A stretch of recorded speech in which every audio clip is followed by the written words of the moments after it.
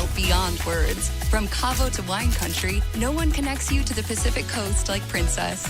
Princess Cruises. Book now.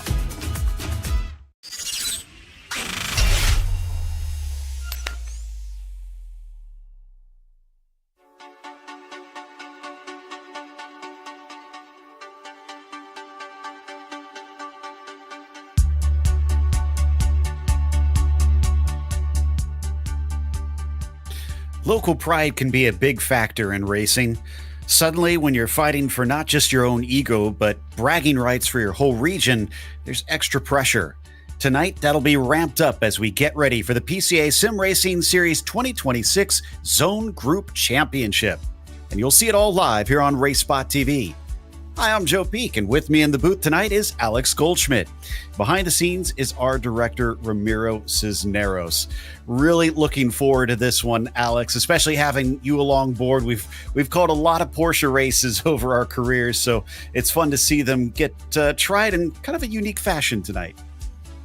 Yeah, thank you very much, firstly, for the warm welcome here, Joe. And yeah, I'm kind of looking forward to what we've got on the cards here tonight. Absolutely. In fact, why don't we take a little bit of a look at some of that, because we do have a background on this. This is going to be a bit unique, so we'll try and get everybody up to speed with what is going on. And for the Zone Group Championship, it is basically an annual event that they put on here for the PCA. And primary purpose, as it says, is to foster some camaraderie and get some friendly competition in. Now, the groups that are competing are going to be the 14 different groups that they have, but they're actually splitting them into 3 regions, essentially. So we've got the East region, that's zones 1, 2, and 4. The Central/Southeast, that's 3, 5, 10, 12, and 13. And then the West, which is 6, 7, 8, 9, 11, and 14. So they're each of those 3 regions are competing for points, trying to decide the best one. And if you watch our timing screen, you can tell who is part of what with the prefixes that they've used in there. And as for the race itself, hopefully everybody can follow me on this. We'll try to make this as simple as possible. It is a 4-driver team event, and you can see they've got a 15-minute practices that's already over. They're in the 10-minute qualifier right now. We'll have a little warm-up, and then a 2-hour race will happen with the team of drivers. Each driver has to do pretty much 25% of the race, so there's not going to be a lot of variety in the driver swaps in terms of timing. However, which driver they put in where is going to be a big factor. We'll talk about that in a bit. No fuel restrictions, so you can expect these cars to easily get by with at least one fuel stop throughout there, but then it becomes a question of when they use tires to try and speed things up. They have 40 incidents before they are disqualified, so a little bit more than what we saw during Series 15. And it is open setups once again, so that means that the teams and drivers can tweak the car to their leisure to try and get the most speed out of it. In a track like this, Alex, you really need a good setup. It is so fast and flowing. Yes, it is indeed, Joe. The Autodromo Internazionale del Mugello, based just outside of Florence in Tuscany, around about 40 kilometers from Bologna Airport.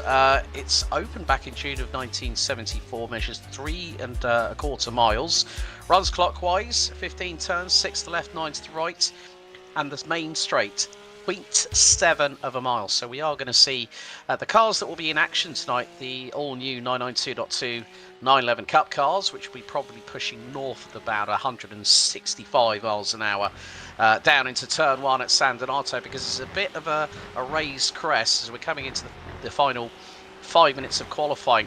Now, one of the big things about this qualifying for this race, Joe, is that it's solo qualifying and it's 3 timed laps. And it has also this roller coaster style feel, so momentum carry is going to be very crucial with these rear-engined 4-litre flat 6 cars. We have a well-balanced machine out there with our drivers now having gotten laps in. Right now, it is Justin Tipton in the 993 car that is our quickest currently. And this is 3rd place. This is Jordan Heppel that we're watching, currently coming out of Bushine, that final corner, and he has discovered the limit. So this lap definitely not going to count. And if he even has one more, the next lap's probably not going to be fast anyways. No, I mean, especially going out of Mugello, the 15th and final corner, you know, it's downhill, it's a sweeping hairpin to the left, and then you've got to really carry that exit speed out of the corner. One of the other big points that we're going to have to watch out for is the Casanova Savelli complex, and that's after Borgo San Lorenzo, which is where they go downhill and into the two corners named Arrabbiata. So you've got to be very, very careful. And that's where it's going to be crucial. You know, track limits, of course, you said about the drivers. I mean, we're now seeing, obviously, the entries that we've got. I mean, some great team names. We've got Wagyu, we've got Apex as late as we register. The 421 with Jake Gavino behind the wheel, currently running P5 in this qualifying session. And again, it just goes to show that one of the things you said about the driver classes, there are 4 classes. Now, the big thing is there were 3 qualifier rounds leading up to PCA Sim Racing Zone Group Championship for 2026. We had Barber Motorsports Park, Mid-Ohio, and Portland. And every single driver that is on the grid tonight has earned their seats. Exactly. So those were the races that each of the zone groups ran to try and determine the teams and the drivers that are eligible. They did have some backups available. I don't have word on if any team did have to resort to that. Hopefully not. And everybody was able to make it. This is Gerbino, like you were talking about a little bit ago, currently sitting in 5th. I am watching Tipton, our current pole sitter, because he's coming across the line for his last flying lap. And he improved down to a 47.7, but the 83 of Leif Peterson just jumped up into 4th as well. So there are some drivers on this last flying lap who are going quicker. Let's see if Gerbino does likewise. He'll cross now, and it is his best, a 49.0, but it's only good enough for 7th because there's others that are crossing that have just pipped him. Yeah, and that included the number 1 of Thomas Isabel for WWZ Team 2 that has just gone up to P6. And now the 29 comes across the line. That's Longhorn with Mario Gonzalez from Central Southeast coming across the line and goes up to 11th position. Ahead of Brangus with Lee Binkley behind the wheel of the number 14 car. So, again, this, there's going to be 4 different classes with regards to the drivers. The pros, where they are actually capped at 25% of the team laps. Club, which is the strategy backbone, where there's going to be strong, consistent pace, slightly off the pace that we'll see from the pros. The sport drivers, who are the ones that put in the consistent laps, protect the teams protect these drivers in traffic, and then you got the challenge drivers, and the minimum that the challenge drivers need to do is a minimum of 20% required. And then normally when we get to that mid-race part where you get I wouldn't say a procession, you get a bit of a lull, if you will, and it's where they get clear air and the challenge drivers can really put their right foot down a little bit. And they are allowed to run those drivers whenever they want as well. So while their times are very strictly, their time in the car is kind of strictly set apart from one another, you can choose to put whichever class you want in whichever spot in the race. Now, my time running back in high school doing distance racing and relay racing, we always put the fastest person as the anchor. That was kind of the obvious choice. So I'm pretty sure we'll see those pro drivers wrap things up. But beyond that, I'm kind of curious to see, because to me, it's a toss-up on how you want to play out the rest of those, Alex. Yeah, I mean, normally you'll shoehorn in your fastest driver in qualifying, but you may not necessarily put them in as your starting driver. So you could put maybe a club driver in there to start things off at a good, strong pace and get that strategy going. But then it's also about how you react to what happens over the course of the 2 hours. And the thing is, we're going to have a rolling start, folks. So turn 1 is going to be that crunch point.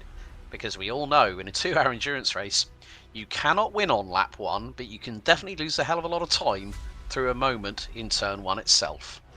Yeah, and that means they'll have more speed down that long straight into there. So they'll be carrying all that and have more opportunities to pass on lap 1. A lot of cloud cover here for the pole lap for Tipton. Let's see how he does it. Alex, do you want to talk us through a lap here? Yeah, so 160 miles an hour in 6th gear over into San Donato, down the gearbox into 2nd at around about 60 miles an hour. You've got to wait until you bury the throttle, up the hill, through the quick left-hander here at Luco at about 3rd gear, 75 miles an hour, then into the right at Poggio Secco, and then it's back on the power again. Short shoot up to Materazzi, which is the next left-hander on the circuit, before the right-hander here at Borgo San Lorenzo. You've got to watch out for those little sausage curves on the inside, and then it's down the hill. Here's where the roller coaster starts, down into Casanova Savelli, and you've got to be very, very careful on throttle, brake and steering input. Exit at about 110 miles an hour in 4th gear, now into the double right-hand complex. Adverse camber to the right side tyres through Arrabbiata 1 and Arrabbiata 2. It's not too dissimilar from Campus and Stavlo at Spa-Francorchamps, but you've got a lot more camber to deal with. Into Scarperia and then into Pelagio. So it's a flick to the right, flick to the left, and then it's in towards Correntaio. One of 2 big sweeping hairpins. And you're going to see lifts off the throttle before applying the brake, and look, just measuring, now goes full throttle and into Biondetti 1 and 2. A very quick complex, and he's accelerating and going up the gears, topping out at 145, now down the gearbox. And it's going to be all the way down into 3rd gear, 65 miles an hour through Bocine. Wait until your exit point, now bury the throttle, and it's up the gearbox to complete a lap here at Mugello. Really does show when you watch on board how much more this track was meant for motorcycles, but has definitely become well loved by the four-wheeled enthusiasts out there, and has even actually seen Formula One visit back in 2020. So it's certainly been growing over on the car side of things. Right now, they just have that 5-minute warm-up, as I mentioned, about 2 minutes left, then we'll get to that grid, and we'll go racing for 2 hours. Actually, we'll just head through the grid right now as we see Justin Tipton on the pole, and then Blake Townend starting next to him. From there, it is David Mendonca who starts in 3rd for the 001 team. Leif Peterson will be 4th for the number 83. WWZ Team 3 sees Jordan Heppel start from 5th, and Thomas Isabel will be in 6th. And then it's a smaller field, but it'll still be interesting with all the variables that are going to be out there, as Jake Gerbino starts from 7th. He'll be flanked by Chad Henson in 8th. After that, it's Daniel Harmon in 9th and John Gibson in 10th. Mario Gonzalez starts 11th, and Gary Reese rounds out your 12-car field here today. Well, I know it looked very close in practice, Alex, so I'm excited because it seems like these teams are pretty evenly matched. Yeah, and also the big thing is that the strategy has got to be on point. It's just like any other endurance race here, folks, because you'll have a plan A, you'll have a plan of attack, a plan of strategy. Because there's no fuel restriction, you can decide if you want to put your fastest driver in there, your hot shot behind the wheel. You can short fuel the car. You know that they'll be able to make up some time, especially if some of the other teams have put either their sport or their challenge drivers in there. So it's a case of watching how the pendulum swings and whether it swings in your favour.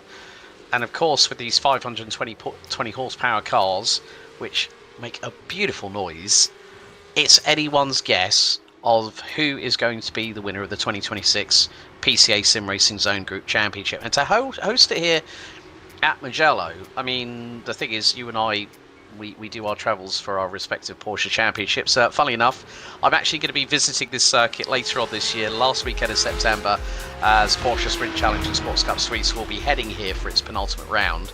And it is a track that we're not going to quite see the speeds of MotoGP, which will be north of about 220 miles an hour going into San Donato. Oof. But we're still going to have some rapid speeds in these Porsche 992 Cup cars going into turn 1 ahead of 2 hours.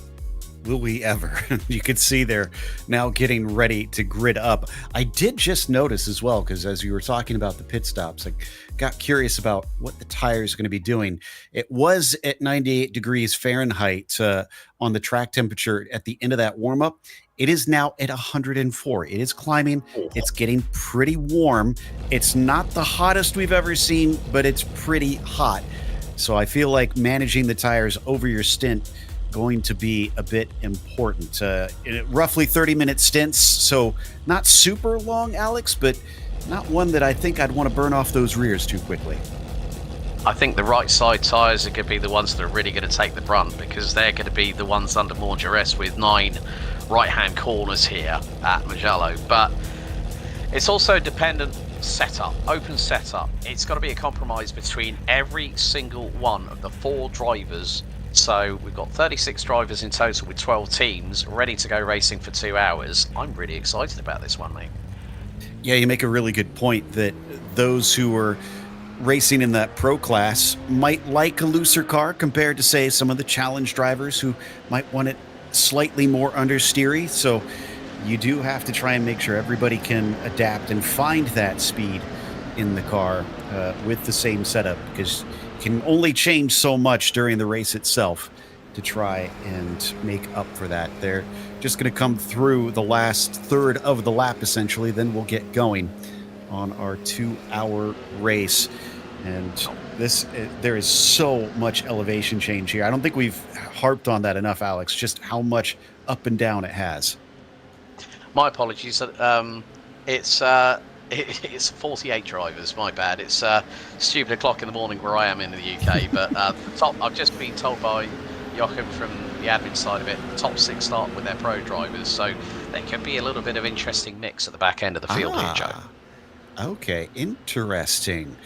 That does make the end of the race far more unique. Like I said, I was expecting all of them to save those pros for the very end, but that means they're using their quick bullet right off the start, and then the rest of the team is going to have to hold out if they start to run away from the field. But let's see if that is the case, because you could still run into problems early, and that would be bad news for any of the pros that are kicking things off. Pace car is in. Justin Tipton will have control of the field over the 11 other cars behind him.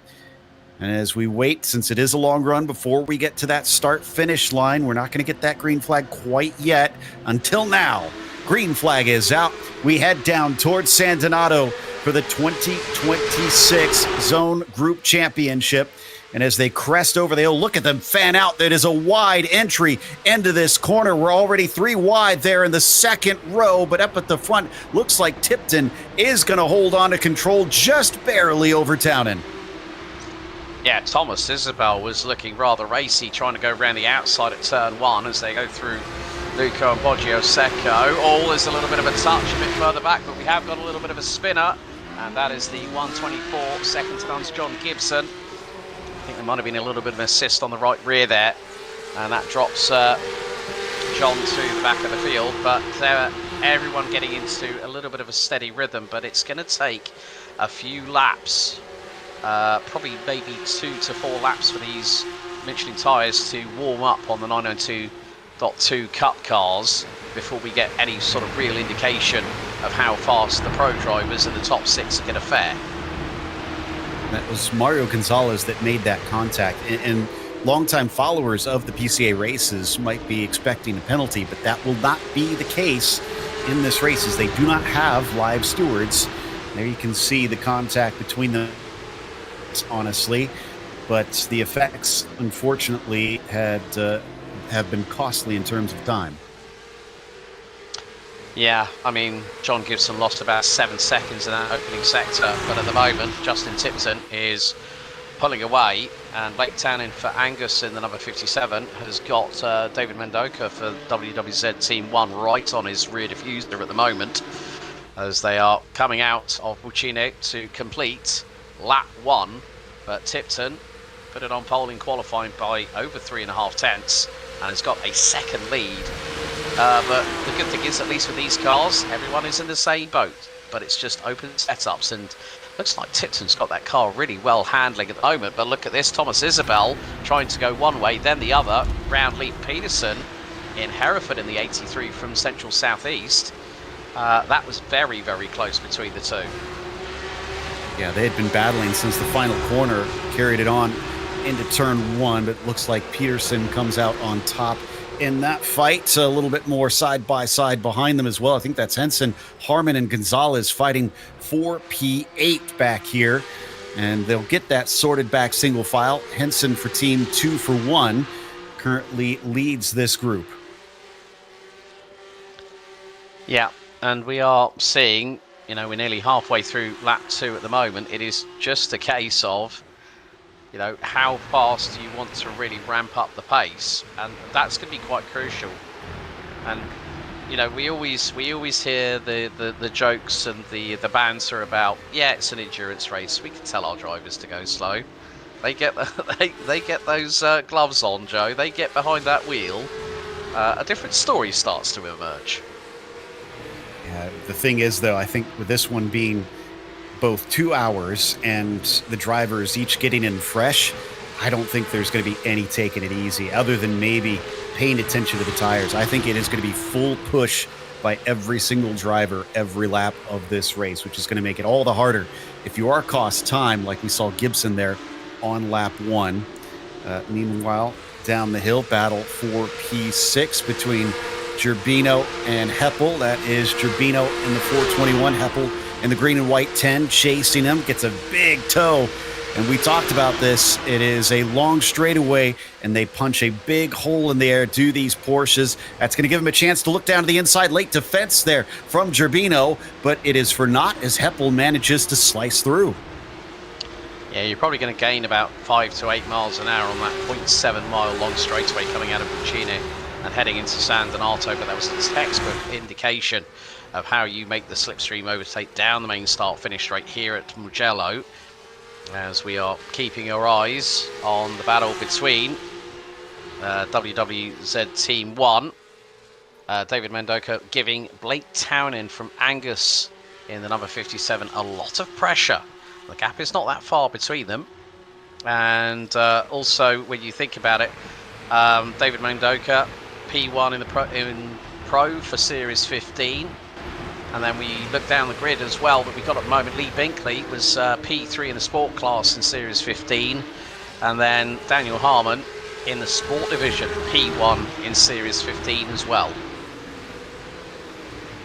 Townend and Mendonca, definitely two of those pro drivers out here trying to make the difference early, see if they can run away. There we see that battle for ninth spot. Gonzalez ahead of Harmon on our bottom screen, while the top continues to race relatively closely there in that battle for second place as well. Kind of two things happening at once on the track, and we're still very, very early as we haven't even cracked through the first 10 minutes of this race. So there's a long ways to go. And though it will be full push, you're going to have to stay a bit patient, most likely. Well, that's the thing about the circuit here at Mugello, Joe. It is just about picking your moments. And look at this Mendoza looking, and I think, well, Blake Townend nearly kept that door very wide open through at turn 1. But Mendoza, I think, has just lost a little bit of time. Yeah, he's dropped into the clutches of Lee Peterson in the number 83 Hereford for Central Southeast. So a mistake by Mendoza, whether that's given him a slowdown penalty, and then all of a sudden Peterson was there in a flash.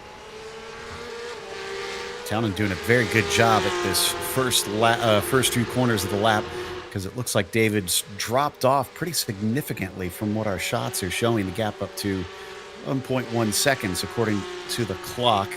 The WWZ Team 1 of David Mendoza actually falling a bit into the clutches of Leif Peterson instead, maybe potentially losing this podium if he continues to fall backwards. And then, of course, Thomas Isabel isn't that far behind either. So he's got to watch out, maybe losing some of this pace in the early stages with the temperatures continuing to rise. It has gone up 1 degree Fahrenheit since the start of the race. Yeah, and that is going to be crucial. Tyre management is going to be one of those key things, especially with the temperature being so hot. I mean, the air temp's not that bad, but when you have a track temp that is pretty much 31 degrees Fahrenheit higher than the ambient air, you know that these drivers are going to have to micromanage. They'll be keeping an eye on the temps and seeing which side is taking more of the hit over the course of their respective stints. But still, everyone seems to be getting into a bit of a flow, a bit of a rhythm here, Joe. So that is a good thing. But when we see the first round of pit stops, that is where the story might unfold after the first of potentially 4 chapters for this Zone Group Championship. And we heard the maximum for those pros up at the front, 25%. So that's an easy 30 minutes on that first stint.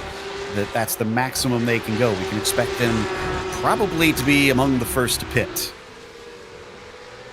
Yeah, and they're going to have... I mean, the thing is that with the pros being capped at 25%, plus or minus 2 laps, you know, once they get that clear air, that is going to be crucial. But at the moment, Blake Townend is closing that gap to Justin Tipton. The gap was about 1.1 seconds, and Townend has got it down to about 6/10. That last lap that he ran was about 0.5 of a second quicker than Tipton's. That's impressive that he suddenly turned up the wick that much, and he's still reeling it in. Curious how much faster this lap is going to be. You can see it's about 0.5 second between them as they head down through Corentiao. And now, as he tries to get the throttle on, it is going to be thread the needle through Biandetti. This is such a quick chicane, especially in these cars, and you can't afford to get a cut course penalty with all that pavement to the inside of the apexes. You've got to be spot on how far you can just dip over those curves. They'll come out of the final corner, and we'll get a read on the lap times between them. Looks like Tipton may have responded a bit because it's back up to nearly 0.6 of a second now. Last lap was 49.5 for Justin and a 49.2, 0.3 quicker once again for the P2 car. Yeah, it seems like Townend is really quick in the opening 2 sectors. He actually clawed back 0.4 off of Justin Tipton, but then lost it all in sector 3 by nearly 1/10.5.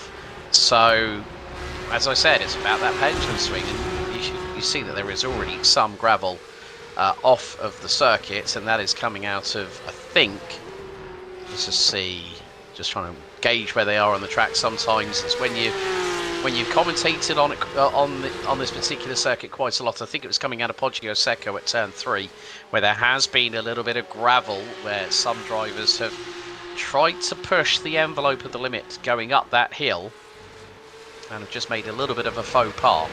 But still, even with the fact that Tipton and Townend are effectively trading similar lap times, well, Mendoka is actually starting to catch them as well. So the top 3 is starting to close in a little bit on each other. Interesting. So did Justin use up his stuff a little bit too quickly at the start? And you mentioned that gravel over at Poggio Secco. Some of that was also John Gibson on that first lap. When he was nudged off, he went into that gravel, and I saw that he dragged a bunch of it on. So yeah, everybody's been since working hard to try and stay out of it, or just simply clean it up on the racing line. I'm sure that is its own issue for the drivers. One thing worth noting that we hadn't mentioned is that the rules that this car is going by in iRacing is that tires and fuel cannot happen at the same time. That's something that I had overlooked, and that will probably play a factor, because I don't think they're going to be refueling every single time. If that's the case, you maybe want to save it for just one. That means at least one of the pit stops, maybe you won't be able to change tires. Yeah, and also it's a case of the actual capacity of the tank itself. And on the 992.2 Cup car, it's about 29 gallons. That's US gallons. That's about 110 litres worth of fuel that these cars will be able to run with at full load, and that is including a brand new set of Michelin tyres on it. So you're going to find that, again, fuel strategy is going to come into this, but I mean the track temperature has increased again, as we see picture in picture. This is on board with the number 3 car, Daniel Harmon for Charolais, battling away with the 124. John Gibson for second to none from the East Division has started to make a little bit of a comeback here after that moment, going through Poggio Secco on lap number 1. So it looks like John Gibson is a little bit fired up and racy, let's say.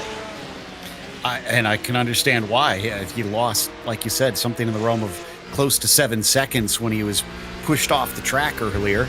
So now he's having to make that all up. We have no full course yellows to bunch everybody up. And then whoever his teammates are also going to have to deal with the knock-on effects of him being shoved to the back of the field. He did start in 10th, so he actually is only down 1 position from where he began this race, but the lost time is lost time, and it's something that you can't get back. You have to hope that you've got the pace to catch up with the others. Meanwhile, back to our leaders. Tipton has pulled back away from Townend slightly, but Mendonca, you called it earlier, Alex. He reeled them in, and boy, did he do it fast. He is now within striking range. And he's also set the fastest lap of the race on lap 7 and on lap 8. He just posted a 48.771. And get this, Townend 49.435, Tipton 49.231. So nearly half a second quicker than the race leader, and nearly the best part of 7/10 quicker than the man in P2. So Mendonca is on a tear. Back down the hill they run through Casanova, through Savelli. The 2 of the quickest corners on the track. And then it compresses at the bottom of Arrabbiata 1. Comes up to Arrabbiata 2, where suddenly it all goes away off the exit of the corner as it crests at one of the highest points on the track. And then downhill we go again. And 1, 2, and 3 on the racetrack are nose to tail here at 15 minutes into this race. This is a good sign for the impartial viewer. We have a race on our hands. Yeah, also one of the interesting things about the topography that Mugello sits on, you have a natural elevation change of about 41 meters. So that's where you get the crests and the wonderful sweeps and cambers that this circuit provides. And this race, as you rightly said, Joe, is coming alive as we are now coming towards the end of the first quarter of the first hour out of 2. And Mendonca is, again, he's absolutely, well, he's gone a little bit slower. Townend was quickest in the opening sector. Mendonca was quickest in sectors 2 and 3.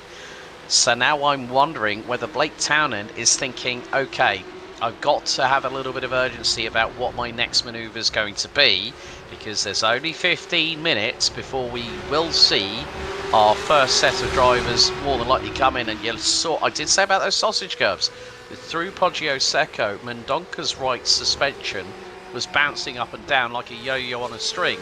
So he is really pushing, but I think Townend is the one that's really got to make the decisive manoeuvre now to help Team Angus to get to the front of the field before Lipton gets the opportunity to scarper away into the distance. Don't know if we covered it, but I think Lee Binkley must have had a problem somewhere, because he's now a good 11 to 12 seconds behind P11. So there must have been an issue in there as we watch that battle for P1 stay frighteningly close for Justin Tipton. And one thing we can't lose sight of as well is, yes, we've been talking about the individual drivers, and yes, this is a team race where the car, the 4 drivers in one car definitely want to win, but it is about the zone groups earning points and adding those points up. And right now, look at the tower. Central Southeast has 3 out of the top 5. That is looking very good for them.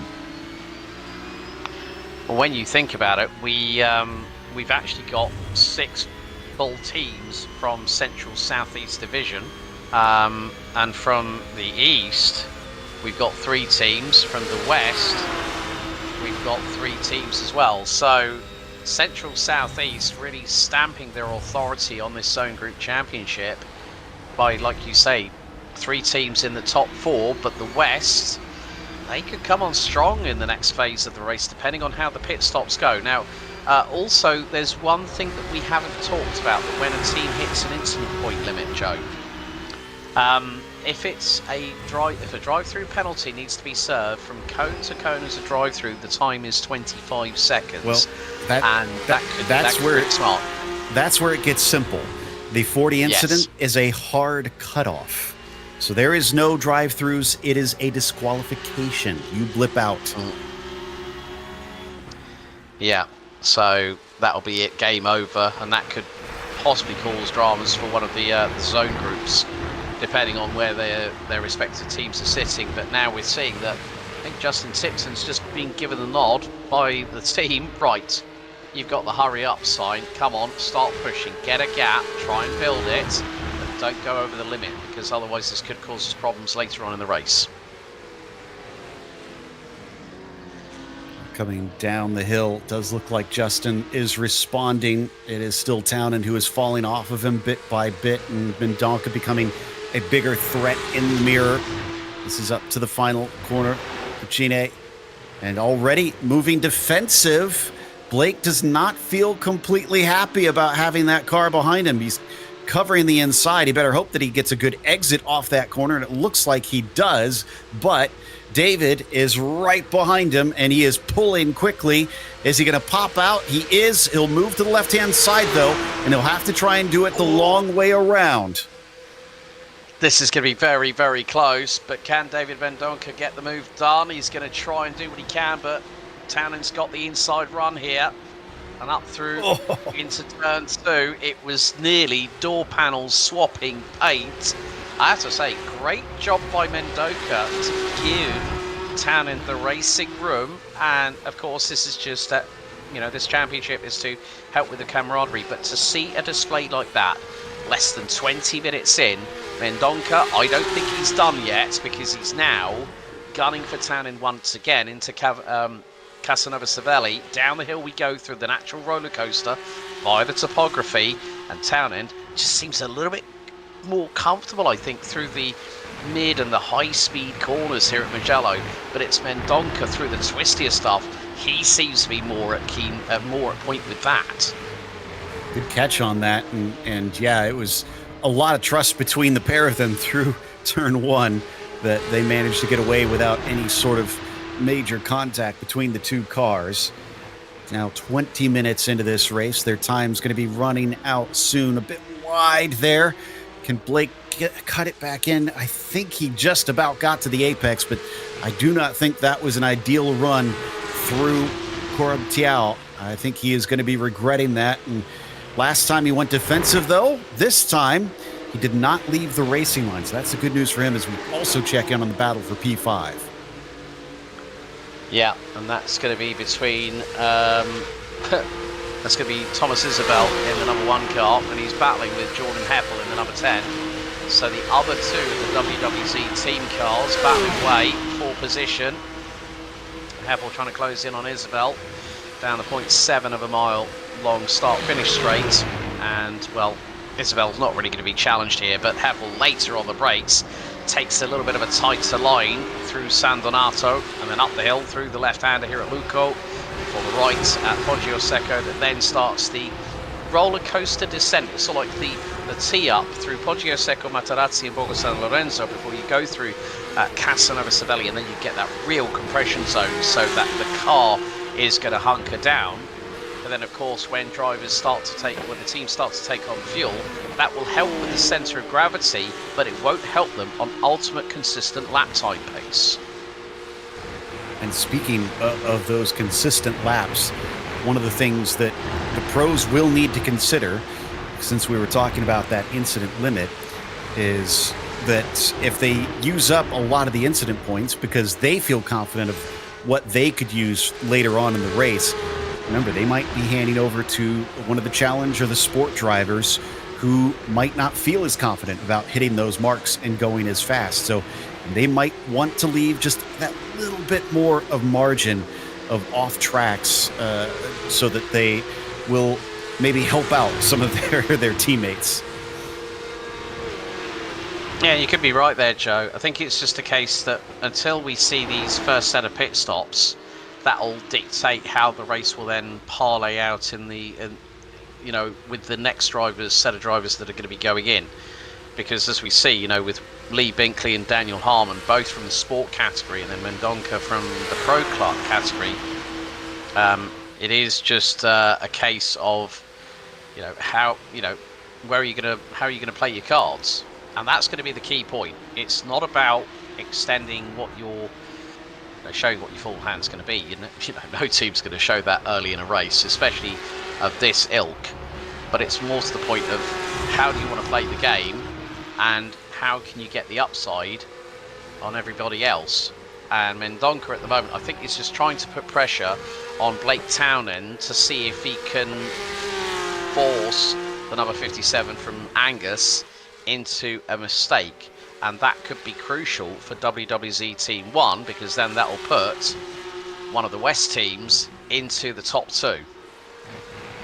This is starting to make me wonder if some of this is related to the open setups, because Justin started to pull away early, then suddenly he was caught. Now he's been able to get away again, whereas Townend was on the reverse trajectory, was catching him up and seems to have fallen away.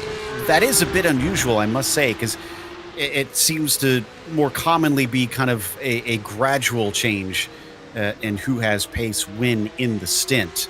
I wouldn't expect them to yo-yo back and forth that way, but it is kind of a curious point that I'm kind of wondering what's causing the change in pace between these top 3. Well, we're nearly at 110 degrees Fahrenheit track temp, Joe, so the track temp has been ramping up. The air temp has pretty much stayed the same, because we're nearly 25 minutes in. So there you see 109 degrees Fahrenheit track temp. You know, and that is, again, it is showing, you know, when these drivers are keeping an eye on these tyre temps are going to be crucial. They're going to have to manage them all the time. And there is going to be that case where some teams, as here we go, battle for P5, as Jordan Heppel to the outside of Thomas Isabel through at San Donato, and that is a spin for the number 1 car. Jordan Heppel over rotates, and that is going to lose him time. And I think, well, Jake Gerbino for We Apex, as late as we register, is going to be closing in, and there he is. Yeah, that was Isabel in that one machine that took the spin, and you're right, Jake is now caught up. So that battle had been heating up for some time. We had seen them gone side by side before, but it's Thomas who blinks first in this case. So the WWZ Team 2 car now finds itself well back. Let's see what happens here. I'm kind of curious if Thomas just pinches it too much or what happens. Yeah, he just turns it in. You can see the back end step out straight away.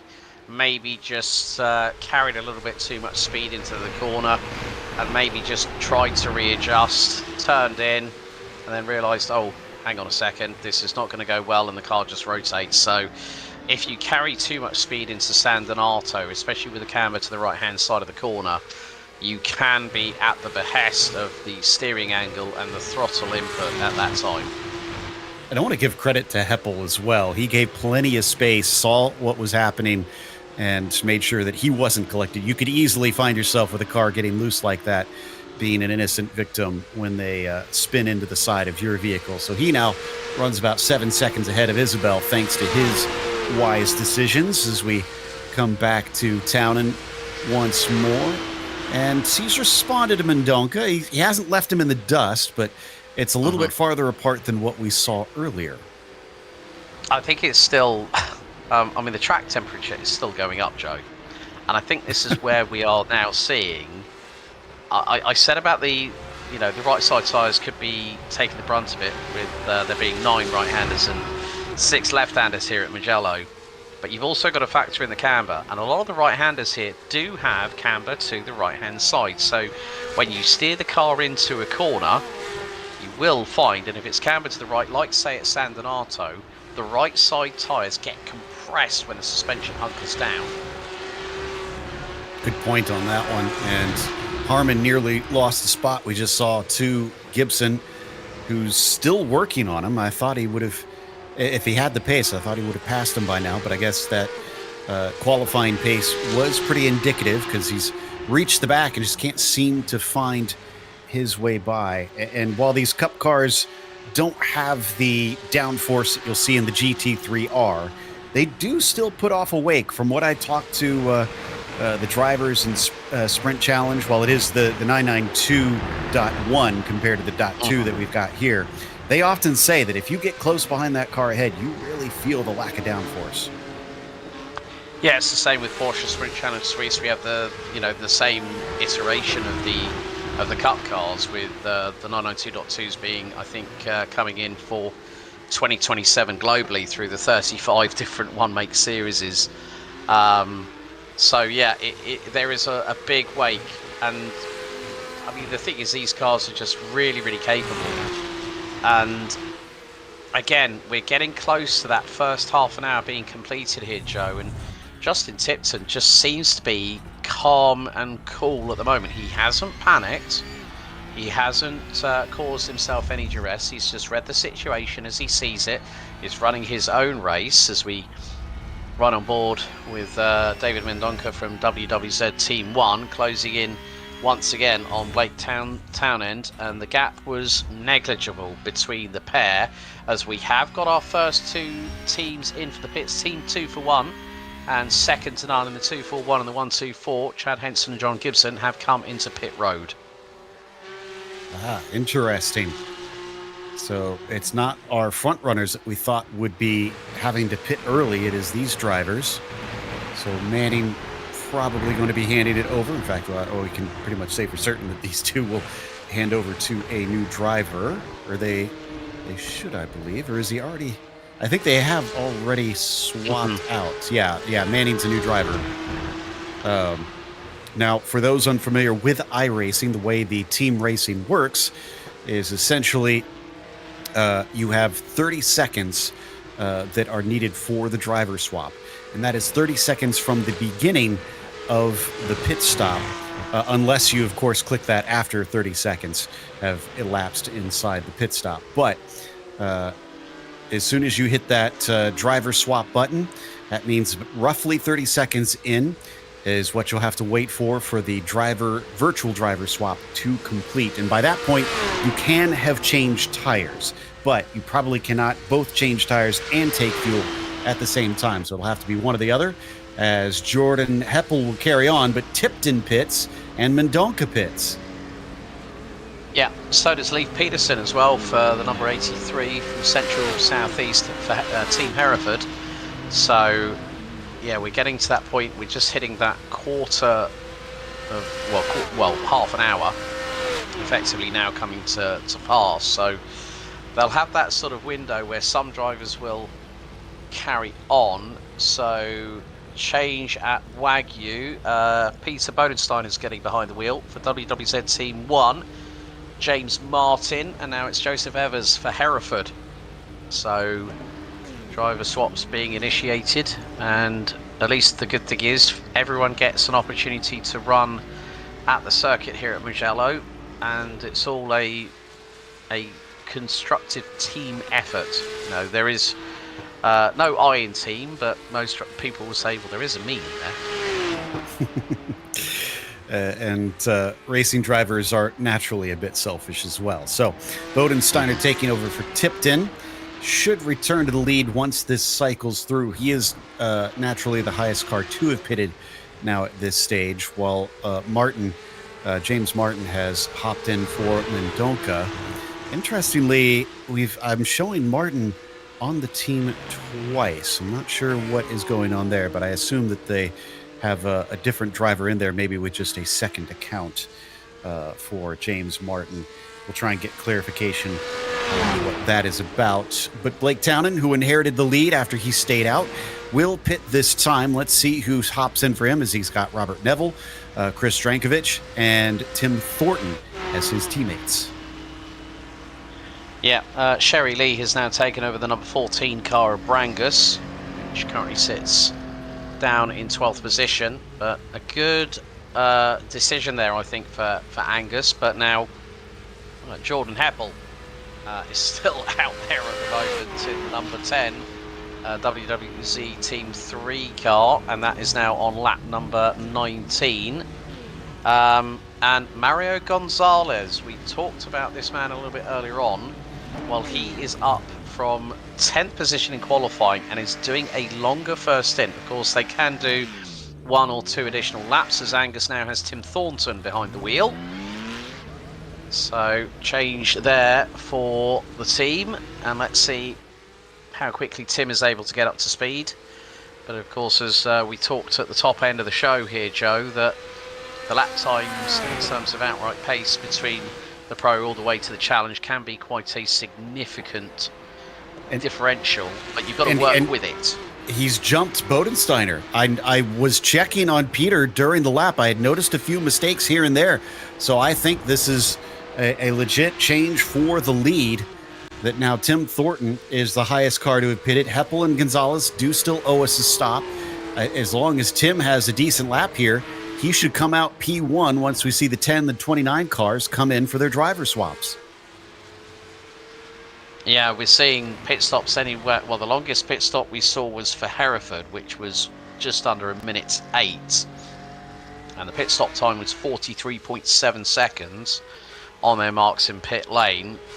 So, yeah, I think the thing is Heppel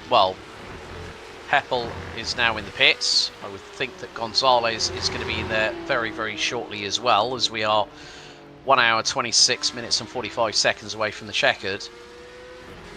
It's going to be a little bit of time before, well, Jordan Heppel will bring that car to a stop. And then, yeah, like you say, Tim Thornton coming down that long 0.7 of a mile start-finish straight. And now, yeah, change as Jeremy Hall now gets behind the wheel of the number 10. But Gonzalez is still out there. I noticed that as well. He's putting in a very, very long stint for Longhorn in the number 29 car, and that is from central southeast. So pretty good pit stop there for the number 10 car there. 31.2 seconds on their marks and 55.6 seconds on the total entry to exit transfer from pit in to pit out. Ooh, and it was close as to whether or not he was going to be ahead of the 001. James Martin narrowly sneaks back into fourth. Bodensteiner still in third ahead. Of course, this will all be promoted up one because we're expecting Gonzalez to hopefully pit in this time through. He shouldn't be able to go too much longer, I would assume, since we're already 35 minutes into this one. And Mario Gonzalez will only temporarily be in this lead, as Tim Thornton should be cycling back up into there. That's really the biggest change that we've had in this first cycle of pit stops. As far as teams that have made up positions, there's not really many. Gonzalez obviously a bit off since he is up 10 right now. Here's the replay of that run down to the first corner. I mean, a tenth of a second difference, and this would have been the 001 one position down. Yeah, well played by James Martin just to fire it to the outside. I mean, looking at with regards to the differential between first and ninth place at the minute, it's around about a 57 second differential.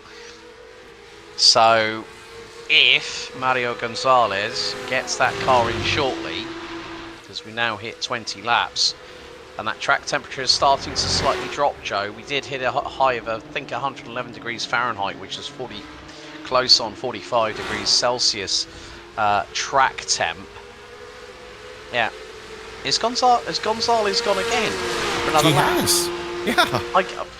Well, I'm wondering if Mario Gonzalez, if he's a club driver, they've probably decided, okay, let's keep him out for as long as we dare, but they've got to think of, with the challenge drivers have to do a minimum of 20% plus or minus 2 laps required, and that's normally in the midpoint of the race, which we're not that far away from, let's be honest. Yeah, I don't think you'd want to put that challenge driver in as the anchor, as we get a little bit of a battle here between Thornton and Bodensteiner. Peter's going to try and take that, what should be effective lead, back from him. Unsuccessfully, though, coming through 2, 3, and 4. They'll plunge back down the hill once again, and they've got to watch out because James Martin is right on their tail as well. He could easily take either of their spots if they battle too much. Yeah. And not only is James Martin at the back of this trio, there's also Jeremy Hall in the other of the WWZ team cars in the number 10. He's not that far off of this battle either. So this is going to become a four-way scrap as Mario Gonzalez for Longhorn from Central Southeast finally pits on lap 21. What an opening stint by Gonzalez on that front. But I think the way things are going to play out, he's probably going to be ahead of Charolais, Jason Barnett in the number 3 car that currently runs P9. That sounds about right. Let's see who hops into this car as he gets out. Looks like Christopher Costas going to be the next one to jump in. But Tim Thornton is just about ready to finally inherit that lead that he worked hard for on those remaining laps to overcut and put himself up to the top. Team Angus is once again P1. Bodensteiner for Wagyu is going to be demoted to second. Now James Martin for WWZ Team 1 is right behind them. This is even closer than what it was before the pit stops, though. Look at that. All four are within 2 seconds. Oh, this is going to get rather racy rather quickly. And this could possibly be with, these teams have already been out for anywhere between 2 to 4 laps. So you're going to think that maybe Bodensteiner and Martin in second and third respectively for Wagyu and WWZ Team 1 are probably going to be the biggest challenges at this point with more laps under their belt so far. Now that we've got all the pit stops out of the way, we want to take a moment to mention we're thrilled to have Princess Cruises continue as our PCA Sim Racing title sponsor for 2026. With 17 ships sailing to 345 destinations on 7 continents, world-class cuisine inspired by the places they visit, and the friendliest crew at sea, Princess is ready to welcome you on board. And specifically for PCA members, join the Treffin at Sea 2026 Pacific Wine Country Cruise on the Grand Princess, sailing from Vancouver to Los Angeles, September 19th to 25th. Go to the website link on the screen, pca.princesspartnerships.com, or call 833-679-2188 to speak to a PCA travel concierge agent. That's 833-679-2188. Well, during that ad read, Tim Thornton has suddenly decided it's time to boogie, because look at the gap, and now Bodensteiner is under threat. James Martin is going to try and take second place away. He actually gets the inside run coming down into San Donato, and it looks like he's got it done. It looked like Bodensteiner actually might have he came across the start-finish straight very early, Joe. I think maybe he just decided, you know what, I don't want James Martin firing it up the inside of me and possibly causing damage to our potential strategy that the team will be thinking of right now. So maybe just by letting him by gives Martin the opportunity to go hunting after Tim Thornton, because that gap is rapidly coming down. Tim Thornton was the quickest out of the top 4. And looking at the sector times, Martin has just done a low 39.6 in the opening sector, as Bodensteiner is struggling a little bit here, because that track temperature is starting to climb again. Yeah, it's been kind of hovering for now, as we see a huge dive bomb here from Ankerberg Zone. He's gone up the inside of the first corner, but maybe just a bit overambitious as he has to ease up, and Joseph Evers retakes the position. But to your point, yeah, it's been hovering at about around 109 to 110 Fahrenheit over the last few minutes. So it's plateauing a bit, but that's still, let's see, we started at 105, so that's 4 degrees hotter than when we began.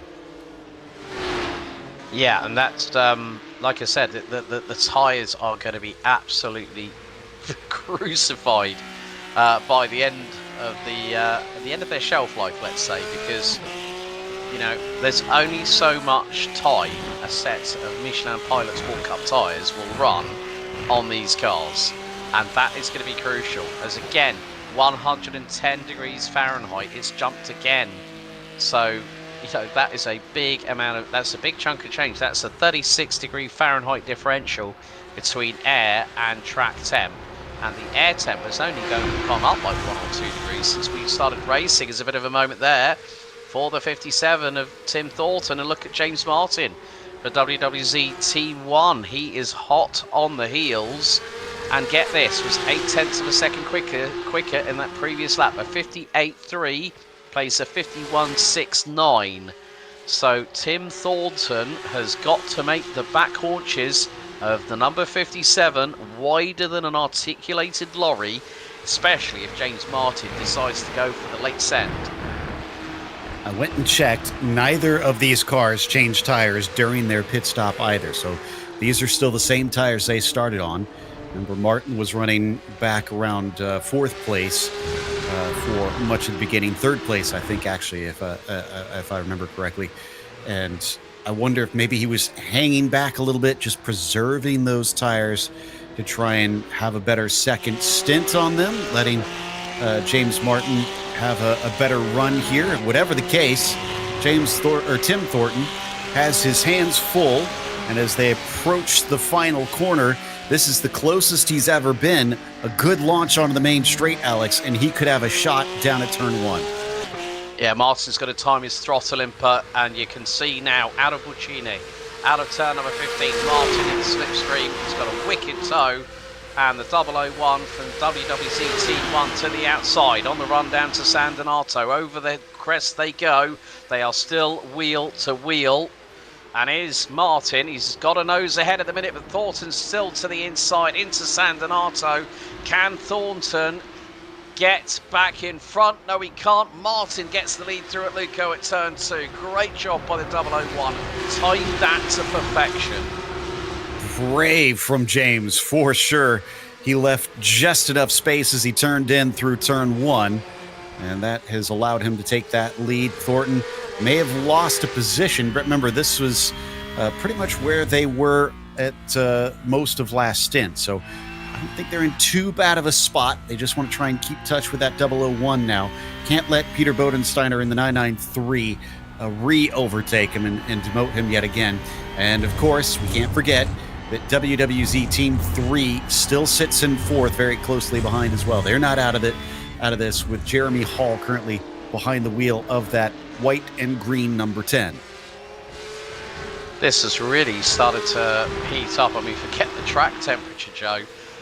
The racing that we are seeing from these teams just showcases the depth and breadth of racers that we have here for PCA Sim Racing. They have just, there's been a lot of hard work put in behind the scenes getting ready for this race, and everyone will be breathing a big sigh of relief when we get the checkered out, but the hard work is only just beginning. A little bit earlier, just before we were done with the pit stops, I had mentioned some of the teams maybe gaining a few. Right now, the biggest mover is the 29 car, the Longhorn team with Christopher Costas. They're up 5. So from second to last on the grid, now to the mid-pack. That's a very good run for them. Keep an eye out in case that car continues to climb. They're a long ways behind this fight with a big look up the inside from Bodensteiner. They don't make contact, but Peter is threatening now. He's got to really be patient, like we saw with James Martin on Tim Thornton for that move that decided a change of race lead just before 75 minutes to go. And I think it's Bodensteiner's got to also be very, very patient. There's always this phrase that I tend to use, and you've heard it a couple of times as well before, Joe, that there's always that sense of urgency when you know that a driver's getting ready to make a move, but then you get the all well and true sign of desperation where someone is just going more than above the limit and fires one up the inside, and then it goes horribly wrong. But I think it's now the case that Thornton's got that urgency of having to defend. And already, James Martin, since he took the lead, has bolted. He's 2.6 seconds up the road, and that gap is climbing. It is looking heavily in favor of the 001 at this stage. Peter continuing to take a shallow entry into some of these corners. Certainly feels ambitious, trying to overtake Tim Thornton, but can't seem to get close enough to make a serious attack.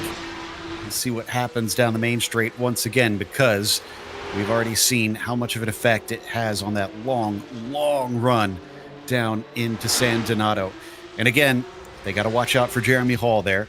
As Jason Barnett, did he have an issue? Ooh, a little bit too much of that sausage curb to the inside. And with how greasy the track is, it might as well have sausage on it. Yeah. And that means that the track temperature, again, is climbing, Joe. It is getting really tough out there for these Michelin tyres. 113 degrees Fahrenheit. And we are nearly 40 degrees higher than the ambient air. So 75 degrees Fahrenheit air temp, 113 Fahrenheit, which is 45 degrees Celsius.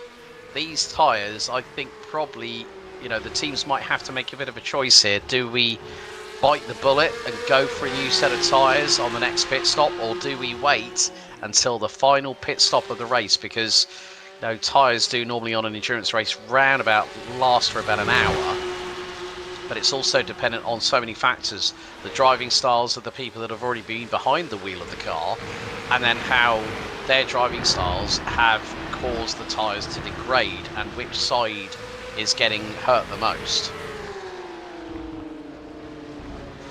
Right now, Martins don't seem to be hurting much at all, the way that he's been running away with that 4.5 second lead. Thornton doing a pretty good job dealing with this pressure. Very different lines. Wonder if that's not an actual attempt from Peter, though. Wonder if he just likes that shallow entry into the corner, because we've seen him do that a number of times now. Here you can see going through Biondetti 1 and 2, Peter Bodensteiner taking a very, very more straight line approach as they head through into the left-hander here at Buccini, and Bodensteiner nearly into the back bumper of Thornton there. So Thornton again is going to be at the behest of Bodensteiner, the 993 Wagyu car that is closing in. That gap is closing quickly, 2.5 tenths of a second, but Peter Bodensteiner really needed to be about 2 tenths of a second behind, and I think he would have got the optimum slipstream heading into San Donato. But Bodensteiner is going to throw it around the outside, and well, that's not going to give him a good run up into Luco and Poggio Secco. So Tim Thornton hangs on to fight another day. I almost think that was just too overambitious there from Bodensteiner into San Donato, because it didn't look like that car was going to stick. I'm kind of amazed that he didn't lose more time after that. It was a wide line through turn one. Tim Thornton still has a nearer full of that 993. In about 10 more minutes, we start to expect some more pit stops to start to kick off. We've definitely seen a bigger separation than in the first stint, because we're at about a minute and a half between P1 and P12 at this stage. That said, while first has run away, P2, P3, P4 are all within roughly about a second and a half of one another. I have to say, good work by Jeremy Hall in WWZ Team 3 in the number 10 car. He's keeping with them. So I think what Jeremy's tactic is just to hang back a little bit and just wait to see if anything unfurls in front of him. Because now we're going to get to see a good run by Bodensteiner through into Biondetti 1 and 2, and heading back into Buccini at turn 15. And you can see that Bodensteiner, oh, he's going to go for a late centre. They make contact, and straight away Thornton straight through the gravel. It was only a case of not if, but when that was going to happen. And Tim Thornton has just been bumped from the second spot, drops down to fourth. Drags a whole lot of gravel across there as well. The good news is they have 2 spare cars in this race, so they, if they do get damaged, they can get back in it. Now, granted, that doesn't take into account if it's damaged enough you have to go off your pit strategy. That suddenly adds a pit stop to your race, and that's just going to be too much. And that was way too much into the corner by Peter, I have to say. I don't think that one was going to quite work, and I can't blame Tim Thornton for turning into that one. I would not have expected a car to be there. Well, also Tim Thornton has just been given the mechanical black flag, so he's going to bring that car into pit lane. So they've got a meatball. That is disaster for the number 57 Angus entry from Central Southeast. As right, first set of the next pit stops. Well, Donald Manning has just been given a black flag, so that is going to be a drive-through penalty, I'm afraid. 25 seconds down pit road for the team 2 for 1. So that is a real shame. That has put Angus out of the running, I think, for, well, it could have been potentially the race victory. Now that's definitely seen that and the podium, I think, fly by out of their hands. I believe that 241 is for speeding in on entry in a pit lane, so that extra time will be added to their pit stop here. They'll be held for some time, then they'll be released and they'll be able to get back out there.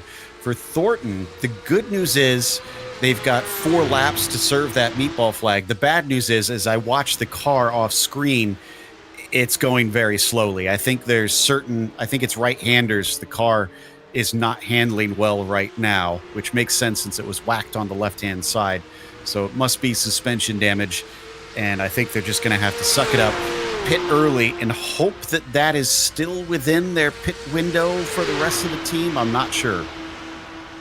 Yeah, well, that's also not only the suspension but also the steering, because if the car's going to struggle turning right, well, it's going to have even bigger problems with that steering rack. So, of course, they have, there are 2 repairs available for each of the teams. So once he gets in, as now looks like 2 for 1 of exchanged drivers, Brad Dunn is getting behind the wheel of that car now.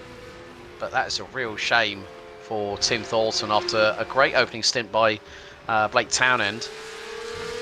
As we now see, that's Brad Dunn down in the picture-in-picture shot. So that car started P8 when we went green nearly an hour ago, Joe. These last 54 and a bit minutes have gone past very quickly at the minute. I have a feeling it's going to get more frantic towards the end as well. Bodensteiner, he made that move, but he's going to discover that can happen right back to him as Jeremy Hall slices up the inside through Scarperia, and that is going to move him into second place.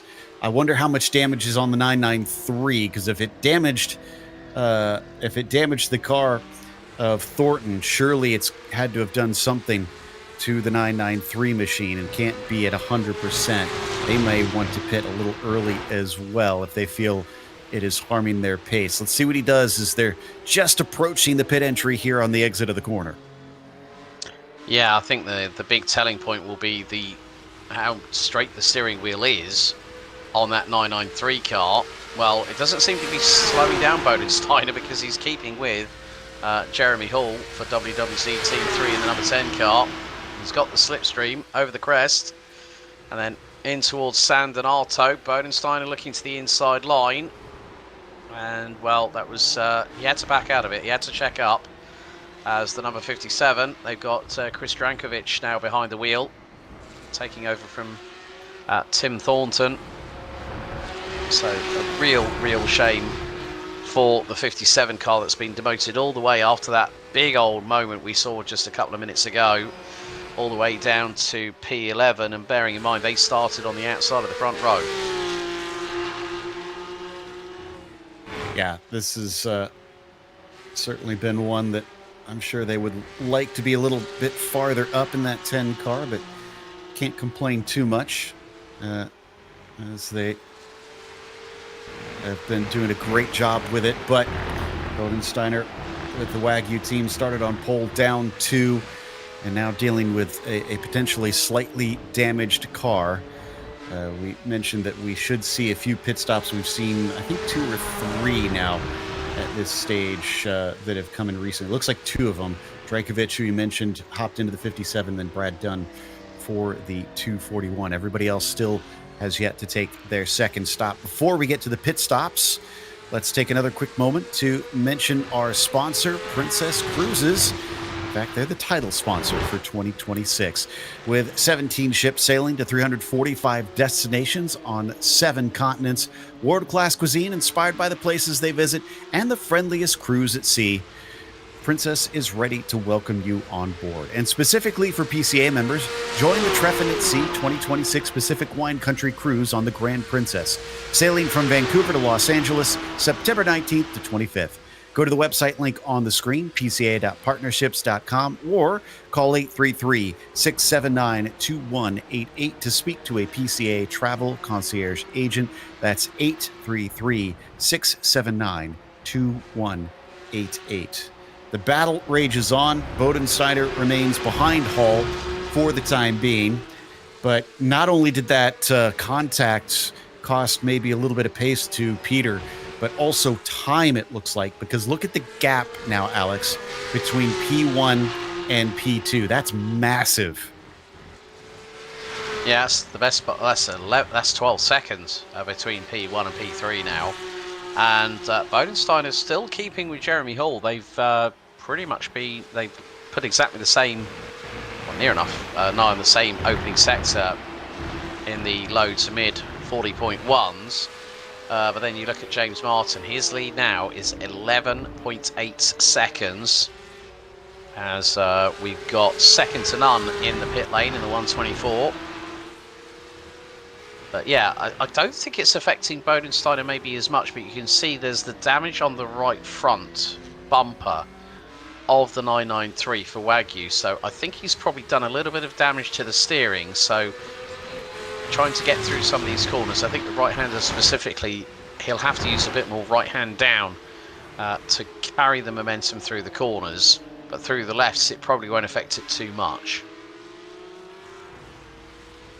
This is back onto the main straight once again. Antonio De Silva hops in for the 124 second to none team. Looks like he's actually being joined. Sherry Lee brings the Brangus car in and hands it over to Gary Reese. So a couple changes now happening out in the pit lane, and we're seeing a little bit more of a spread field because of it. But we do still have that close battle for second out on the track. Still waiting for a lot of the front runners to pit on this one. And the ones that have been out the longest amongst them is the 001, the 993, and the 83. So maybe we'll see them first. Yeah, as Gary Race now comes out of pit lane, will now disengage the pit lane speed limiter, and the number 14 can accelerate out of pit road at full throttle. And there we see second to none, Angus, Team 2 for 1, and Brangus have all taken 2 pit stops apiece. And the way things are going at the moment, it looks like the West, in terms of the zone groups, are stamping their authority on proceedings at the moment, with 3 cars, all 3 cars in the top 4. Yeah, it started out with Central Southeast looking like they were the dominant force, but you're right, it is West who suddenly is filling up those front positions. In fact, they've almost completely reversed according to what they were before between those 2 clubs. East right now, highest car they've got is the 421 car with Ankerberg Zone. That said, Antonio De Silva is the highest car to have pitted for the second time right now, and he sits in 9th in that 124 team. That's another East car, so I wonder if he'll cycle a little bit farther forward once we see the rest of them pit, including Bodensteiner has now come in, so the 993 will be able to take one of those spare cars if they feel they need it. I would probably say that would be a wise bit of decision making right about now, just to get that car repaired and back up to full strength, and that could be quite crucial. I mean, when you think about it, that car pitted first of all on lap 18, now on lap 33, so opening stint 18 laps. I think the thing was Gonzalez's opening stint was very, very impressive, you know, going 21 laps, and that is the longest stint that anyone has recorded so far in this race.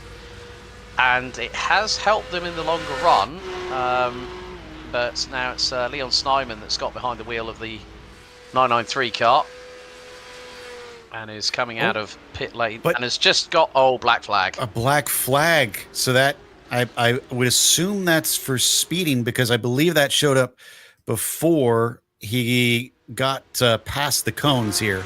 Yeah, and I checked, he did not go over the pit exit line, so that is a speeding penalty.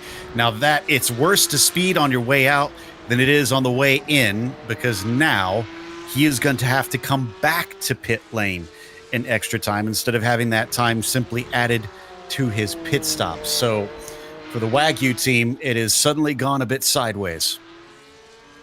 And backwards as well at the same time, Joe. It's just, those kind of mistakes are what can cost you the difference from finishing, in the podium spots. We're going to see. Yeah. I don't know if he even put the pit limiter on. No, he didn't. He didn't. So he throttled up, then came off the throttle, as we just saw by the onboard there. That's going to be a bit of pill to swallow, I'm afraid. It's always so frustrating when that happens. Tim Taplin currently hopping into the car for WWZ Team 1. So that's going to be taking over for James Martin. What an incredible stint for that 001 car. And we'll see where they emerge once this is all said and done here, as I think they should easily be ahead of Wagyu and the next car down to have taken 2 stops, which is Chao Lai and the number 3, David Santry, currently in that car. And yep, emerging easily back at the front of those who have taken their second stop. WWZ Team 1 is looking like they are sitting pretty right now. Also, Brad Dunn, who was P1 in the challenge class in Series 15. I'm just looking at his lap times. He's doing actually pretty good. 52.5 on his last lap around, and that is around about the pace we're seeing from Brandon Ogle in the number 1 car. So it just goes to show that sometimes the class that the drivers might be in, respectively, may not show the complete side of the story for every single class out of the 4 that we have got represented from the 48 drivers that make up these 12 teams. Now, I always feel a bit unfair when we talk about, putting your challenge driver in. How do you manage that? And I don't want to play them down, because there's some very skilled drivers in the challenge class. And if you're going to have anybody, how about the challenge class champion for the most recent season? That's Brad Dunn in the 241, currently running in 11th. So there's some work to do, but I'd say they've got a ringer in for their team. Yeah, because he's closing in on Chris Drankovic for Angus, who's just done a 53.6. So Brad Dunn on that last lap was 1.1 seconds quicker. So yeah, I think you might be right there, Joe, that we've got a little bit of a rigger in the form of Brad Dunn. But good on him to just go out there and race. And that's the thing about this. And this is one of the things I love about sim racing in general, is that the iRacing or the status class of a driver is not going to tell the entirety of the story. As here we see, that is car 14, Gary Rice, right behind Tim Taplin in the 001 WWZ Team 1 car. And Tim currently running P5. Leon Snyman now coming in, I think, to serve his drive-through penalty. Correct. What a shame for Wagyu. They actually qualified on pole. And so, yeah. Well, Leon Steinman is actually in the pits, so he's stationary at the moment. Interesting. Now, I thought it should have been a drive-through for that. I didn't think it was a stop and hold. Well, I'll try and see if I can dig up info on which it was supposed to be. But if you take a pit stop when it's supposed to be a drive-through, it will add time to the pit stop automatically to prevent you from trying to kind of take advantage of that and not actually have to serve the penalty. So it was 32.6 seconds. That may have been added on, because I think it was something in the realm of 30 seconds that it tends to add. But if that's the case, then he would have only had that splash and dash and then just simply be held.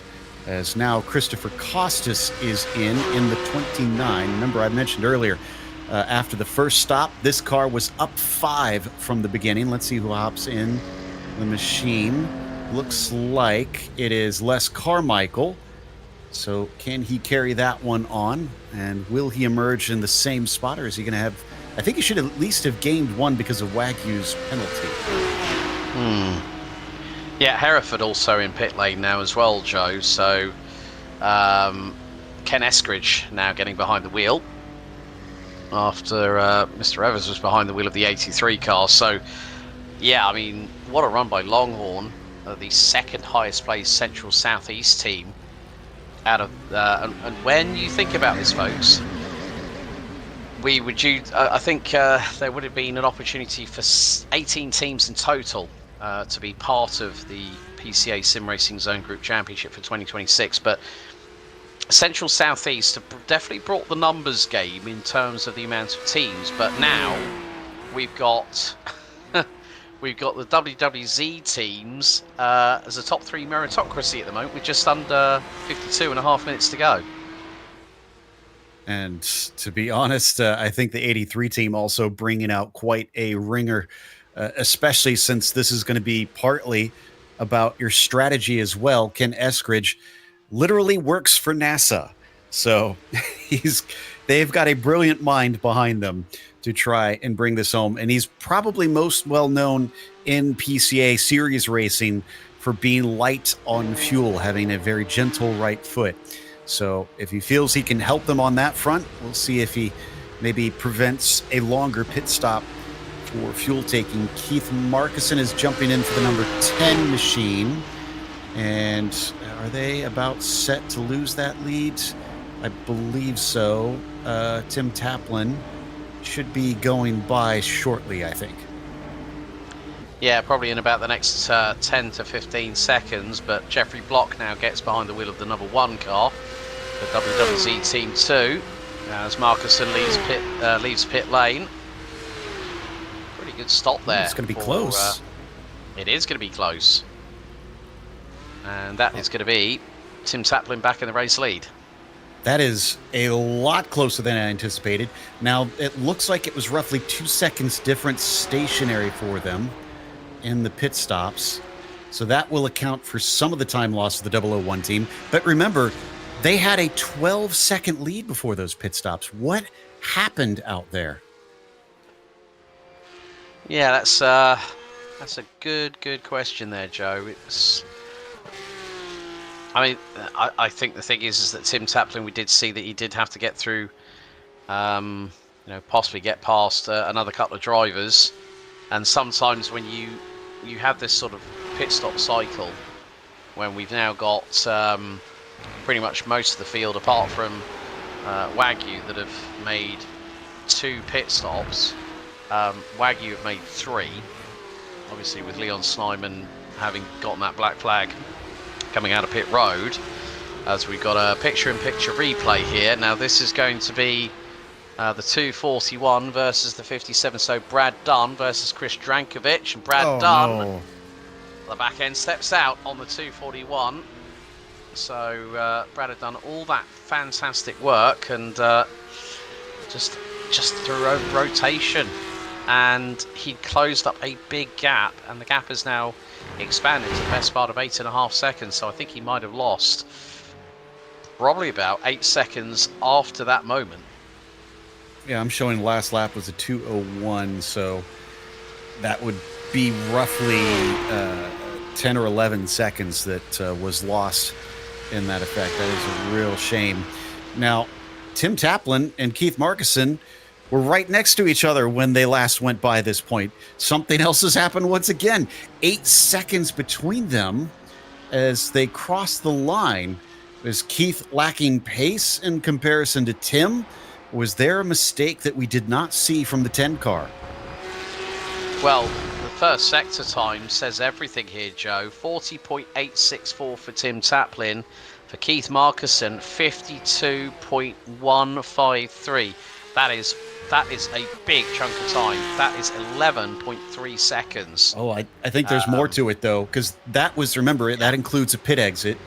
And I'm looking at the third sector, 44.6 compared to 39.1. So it was the third sector where something happened.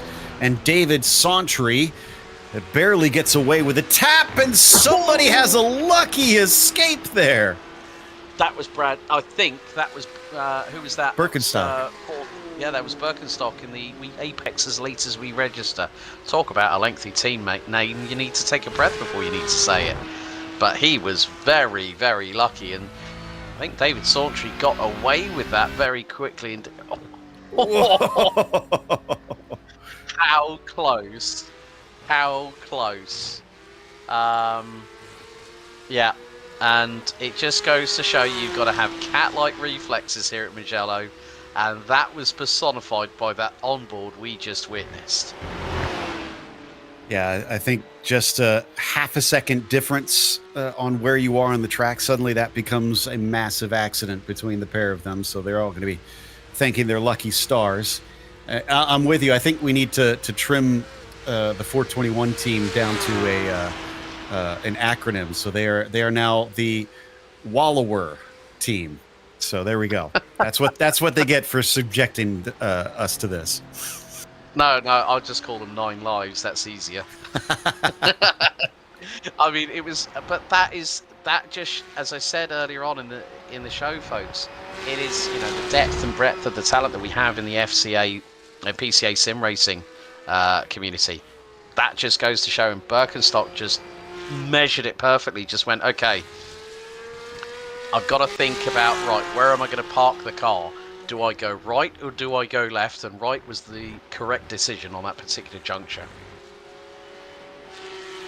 Watching the lap times here between Taplin and Markussen, it was another quicker lap for Taplin by about 2 seconds, more than 2 seconds. So it is stretching away. Once again, the 001 team looking very, very good, while the 10 team was not quite as quick as what we saw in their second stint. Markussen still doing yeoman's work out there. He knows that all he has to do is hand it over for one last driver at the very end, and they could be in the hunt for a win on this one. Jeffrey Block in the 1 team is the next one down. And worth noting, let's see, we're missing, looks like we are missing a few cars that still need their third stop here. Even still, though, it is all West teams in the top 3, so they are still looking very solid for that zone group championship. Yeah, and I think probably one of the main focuses now is the track temp has hit 47 degrees centigrade, 116 degrees Fahrenheit. Oof. Oh, it's getting toasty out there on the tarmac. And some are really, really starting. I mean, Tim Taplin is absolutely running away with this for WWC Team 1 in the 001 car. And just to get an idea of how fast this circuit is, I mean, we saw the pole lap on board when we had the warm-up, folks, but this is just how much of a roller coaster this circuit is here at Mugello. You know, you're constantly on the go. You really don't have much opportunity to breathe apart from coming out of Buccine at turn 15, and then 0.7 of a mile doesn't, you know, to some people might think, well, that's quite a long time. In a race car, it goes away in an instant, so you're probably talking maybe they've got about a 10 or a 15 second breather, especially when they're going up the gearbox to 160 miles an hour in 6th gear before hitting the brakes hard and going all the way down to 3rd, going into San Donato. You know, yeah, there's not much, you know, your eyes are literally poking out of the front of your head, and they're on a swivel, so you're constantly having to readjust. And now temperature's gone up again. I can't believe this. We were at, what was it, 103, 104 Fahrenheit track temp? We're up 14 degrees at least, Joe, and I think it could climb further. Yeah, 117 now I'm seeing. It is continuing to get pretty steamy and greasy on the track as the race has been going on. And if you're one of those teams that hasn't taken tires yet, you are no doubt feeling it by this stage. I think that might be explaining why we're seeing some of these mistakes out there that we have recently. It didn't start with this many offs and spins, but they've been steadily growing. Yeah, and I'm just looking Okay, Tim Taplin on the previous lap has just done a 1:53.946. Okay, so just to give you all a bit of a sector comparison time between P1 and P2. Taplin 40.821 in the opening sector. Keith Marcuson a 42.322. That is a big chunk of time. And then it's another 1.4 seconds in sector 2. 33.483 plays 34.867. And it's only in the final sector where Marcuson does not lose that much. I think he lost about 0.3 of a second. So you're talking over that lap. That's like 3 seconds that Tim Taplin has just managed to run out in the 001 car. It's just incredible. And also you have to sort of like look at the the times that the drivers were in the pit lane, like cone to cone, like WWZ Team 1, 58 seconds, and Keith Marcuson, when he changed into that car, that was a quick pit stop. But then Charolais in P7, they did a 55.5 when David Sawtrey got behind the wheel. So we're now seeing that some teams are really getting their pit stops together, especially some of the teams lower down in the order, as well as Brad Dunn now pits with 42 minutes to go in Team 2 for 1. So, yeah, I think at the moment you have to favour 001, WWZ Team 1. They really have, they've had a really good first couple of stints, as Peter Sigourney now will take over the 241 car from Brad Dunn. Yeah, so WWZ Team 1 has done a really good job, and they've kept it consistent. And Tim Taplin, he's just done a high 53.3, and I'm wondering what Keith Marcuson's going to do. 56.556. So again, that is over another 3 seconds. That's 3.3. I think he's nigh on, 3.2 he's nigh on lost on that lap. Now, keep an eye on Les Carmichael, though, because his lap times have been looking quite good. And I checked because I realized with those difference in pit stop times, those that went longer, those are the ones that took tires. So the 29, the 83, the 421 cars are all on fresher rubber. So we can expect them, and I'm looking at the lap times here, and it bears fruit that they are all really making good use, even though they were maybe about 10 seconds slower. So I think they're going to start to creep up. Now, granted, if those other teams take tires at the end, they're going to have better tires in that final stint. So they might be able to defend well, or at least reel them back in if they lose a position. But this might come down to who does what strategy-wise with the tires, not just who puts who in the car. Yeah, and since serving that black flag penalty, Leon Snyman's been on an absolute tear. He's just done a 51.014.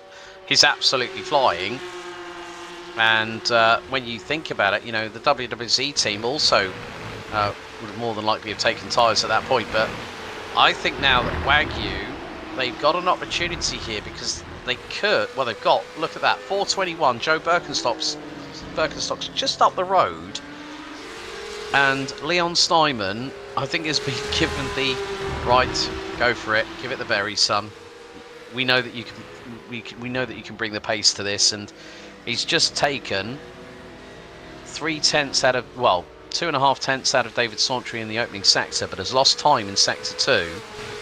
And whether he can gather it back up a little bit through here at sector 3, as they've just gone through Biandetti 1 and 2 on the run to Buccine. So this battle for 6th place is now separated by about 2 seconds at the minute. And I did double check, and you're right, the WWZ teams did take tires on that last stop. So I guess I was wrong about the difference in pit stop times. That must be longer fuel then for those that spent more time sitting in there. We'll see whether or not that plays out. But yeah, like you said, nice little battle here for what is 7th place, Sawtrey versus Snyman. That's Snyman, who is looking underneath with 2 of our Central Southeast sister teams going at it here late in the race, but we have to remember that Snyman had to take a pit stop, or excuse me, had to serve a penalty rather, and make an extra visit to pit lane. So he's slightly out of position at this moment. Yeah, I think it's because of the way that the temperatures have just skyrocketed over the course of, what is now over an hour and 20 minutes of the race completed. That's where I did say about the tyre deck, and so the teams have been keeping watching brief on that, and to be very sensible that when they've taken the tyres, they will probably have taken the tyres first, then done the fuel, and then you've also got to factor in the driver changes as well, because they're having to try and think, okay, what order do we do this in? Do we go tyres first, then fuel, and then when do we stick the driver in? That's the key point, because you've got a 30-second driver change standard time for all the teams anyway, and that's going to be quite crucial as well. So you've got to sort of outweigh the pros and the cons on the pit stops to maximise your opportunity of getting it done.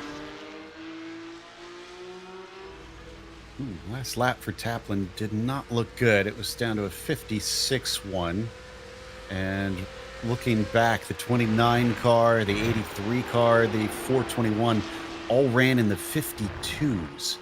So significantly quicker. Granted, they are a long, long ways back, so they need laps like that practically till the end to try and catch up with Taplin, and we still have one more driver change to come to change the complexion of this entire thing.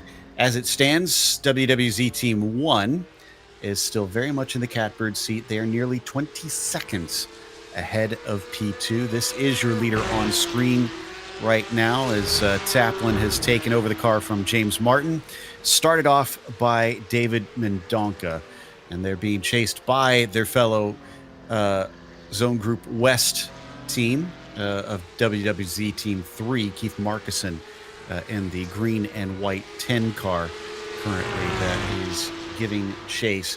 All three of these cars are up positions from where they started as well. So the West teams have honestly been fantastic on their strategy and in their mid-race pace, because they didn't start up at the front, but now they've locked it out essentially.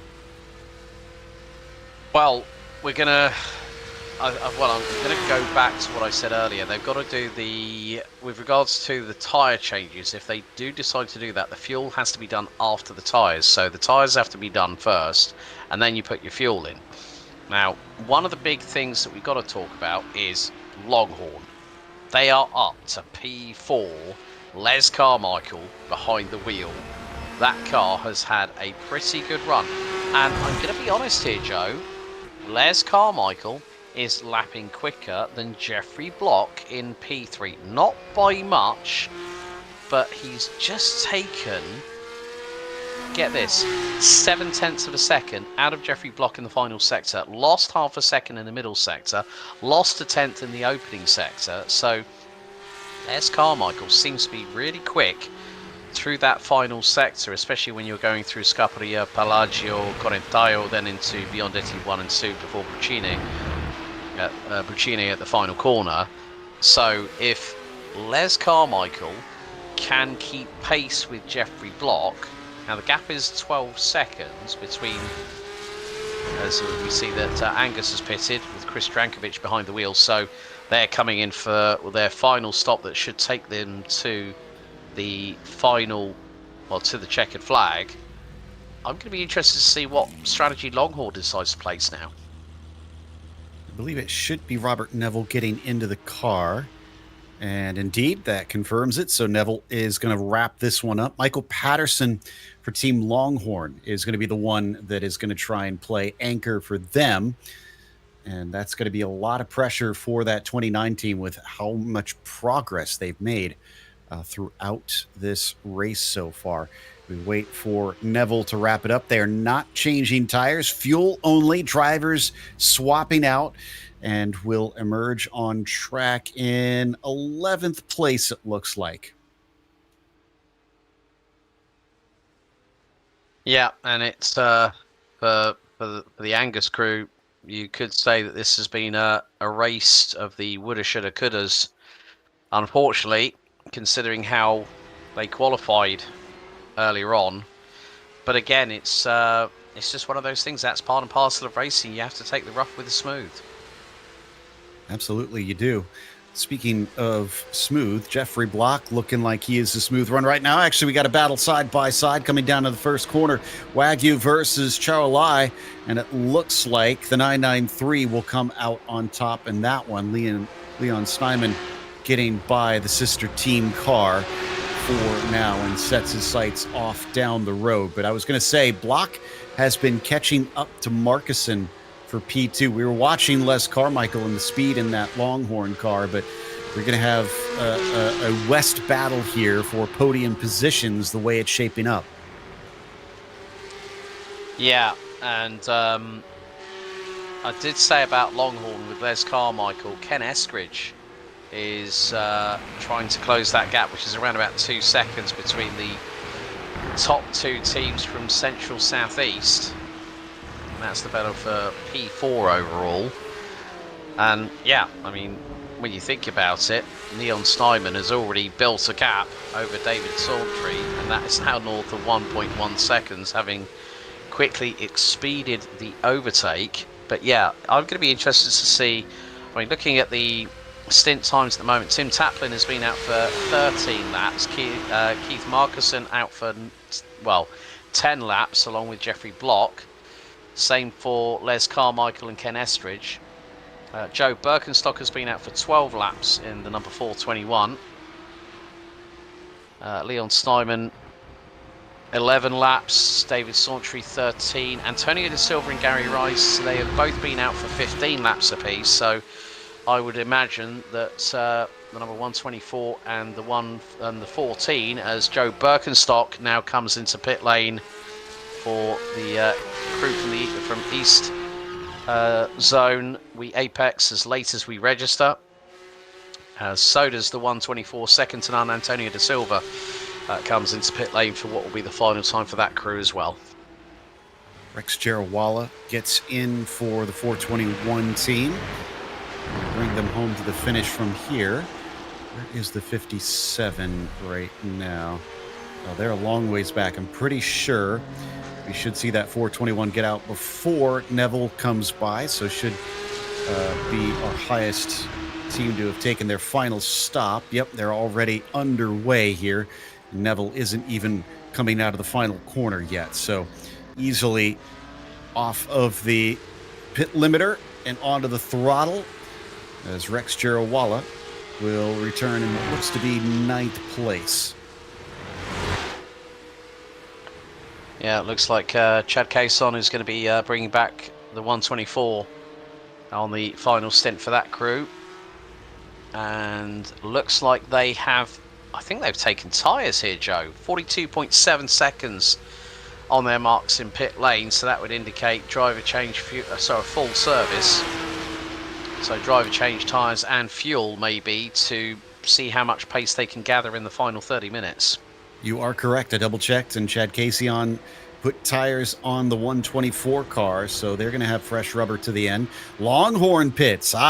This one I think is going to be important because we've been watching the steady growth up the order by the 29 team, and it was Michael Patterson who should be hopping into this car. Let's watch and see if they change tires or not, as there is the driver change as the car disappears briefly, returns to the world of iRacing. And they are taking tires. Okay, Longhorn team is going to take rubber to the finish. I think it's now that point where if you need to take tires, now is the opportune moment to do so. And I'm going to be interested to see, Joe, what our top three teams do for WWZ teams 1, 2 and 3. And when you think about it, Tim Taplin has got a very extensive gap, as Mike Patterson for Longhorn will now, as he gets past the cones, deactivates the pit lane speed limiter, and off he goes. In fact, he's returning in, looks like 5th place.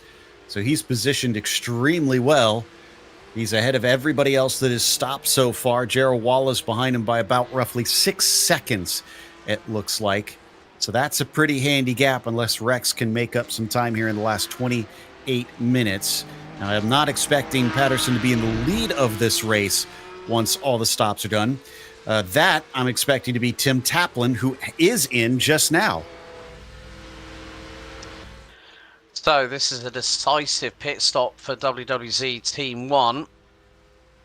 And Sheldon Zakharaychuk will get behind the wheel for the stint to bring the anchor leg home.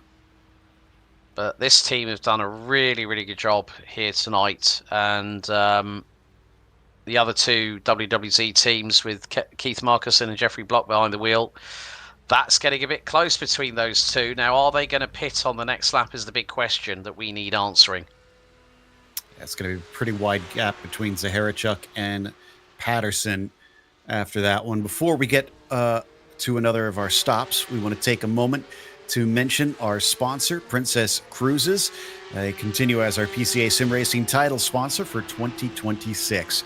With 17 ships sailing to 345 destinations on 7 continents, world-class cuisine inspired by the places they visit, and the friendliest crew at sea, Princess is ready to welcome you on board. And specifically for PCA members, join the Treffin at Sea 2026 Pacific Wine Country Cruise on the Grand Princess. Sailing from Vancouver to Los Angeles, September 19th to 25th.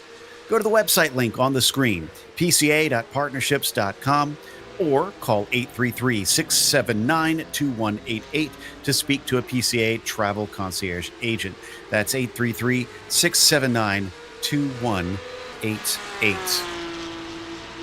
So, we are watching our current leaders. That's Keith Markuson and WWZ Team 3, Jeffrey Block behind, and WWZ Team 2. Expecting them to pit here shortly to bring us to the end, but neither of them this lap, it appears. So they will continue to hold the lead.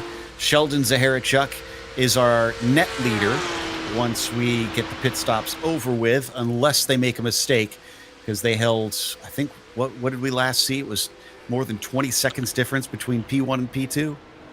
Yeah, it was. And Sheldon was P2 in the sport division in Series 15, so looks like they've put in they've shoehorned in someone that should hopefully bring them to the checkered flag with relative ease.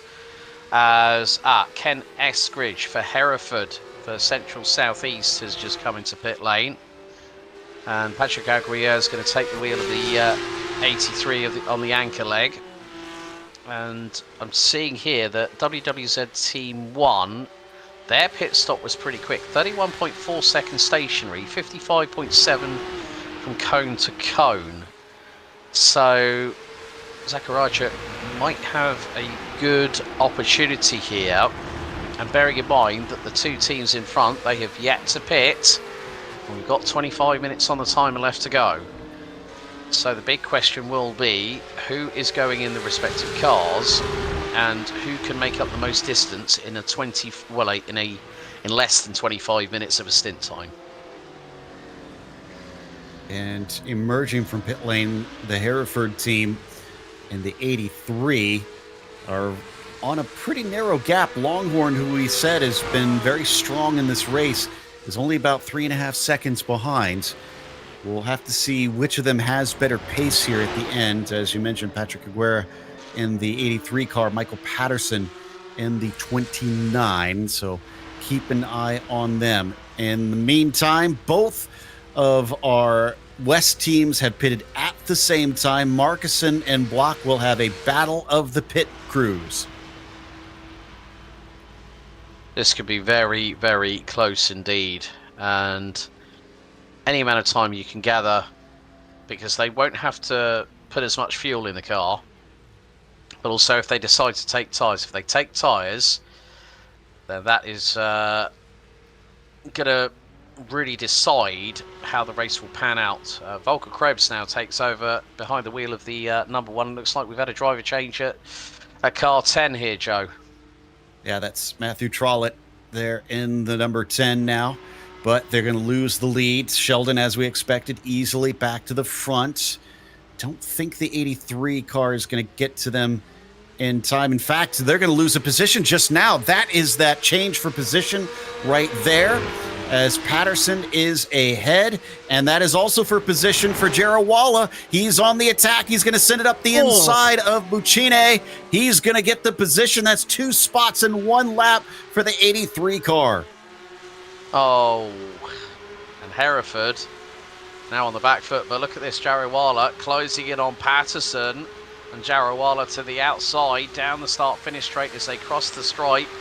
And the 421, we apex as late as we register, are the top team from the east, and now that is P4. Oh, this is going to be... I'm rubbing my hands with glee at the moment here, Joe, because this could be an absolute cracker of a race between these 3 teams for 4th, 5th and 6th. Oh, and Matthew Trollet has got a black flag. Another speeding penalty. He's going to have to come in and serve the stop and go, unfortunately. So that'll take them out of the fight with the 1 car. Volker Krebs will easily pick that one up for what should be P2. And they've got not too much time ahead of Rex Jarawala, who's gotten ahead of Michael Patterson now for what is 4th, what is soon to be 3rd. And the 421 and the 29 car have honestly looked super quick here from the mid to the end of the race. I have a feeling it is going to be a real fight for that P2 once Trollet serves his penalty. Volker Krebs is going to have to hustle to keep the east and the central southeast cars behind him. One of the big things is that team that Volker Krebs is with, WWZ Team 2, they have taken tyres because that car was stationary for just under 41.8 seconds. Total cone-to-cone pit time was 1 minute 6.4 as Matthew Trollet now comes in to serve the penalty. That is not what WWZ Team 3 needed at this particular moment with just over 20 minutes to go until the checkered. But yeah, that gap between Volker Krebs and Rex Jarawala, it is coming down big time. Jarawala is less than 1.3 seconds behind, and in the final sector it was a 40.4 for Volker Krebs, 38.75 for Rex Jarawala in the final sector alone. That's 1.7 seconds differential. And a small correction, I checked, Krebs actually did not take tires. That might explain why we're seeing the 421 and the 29 so much faster right now.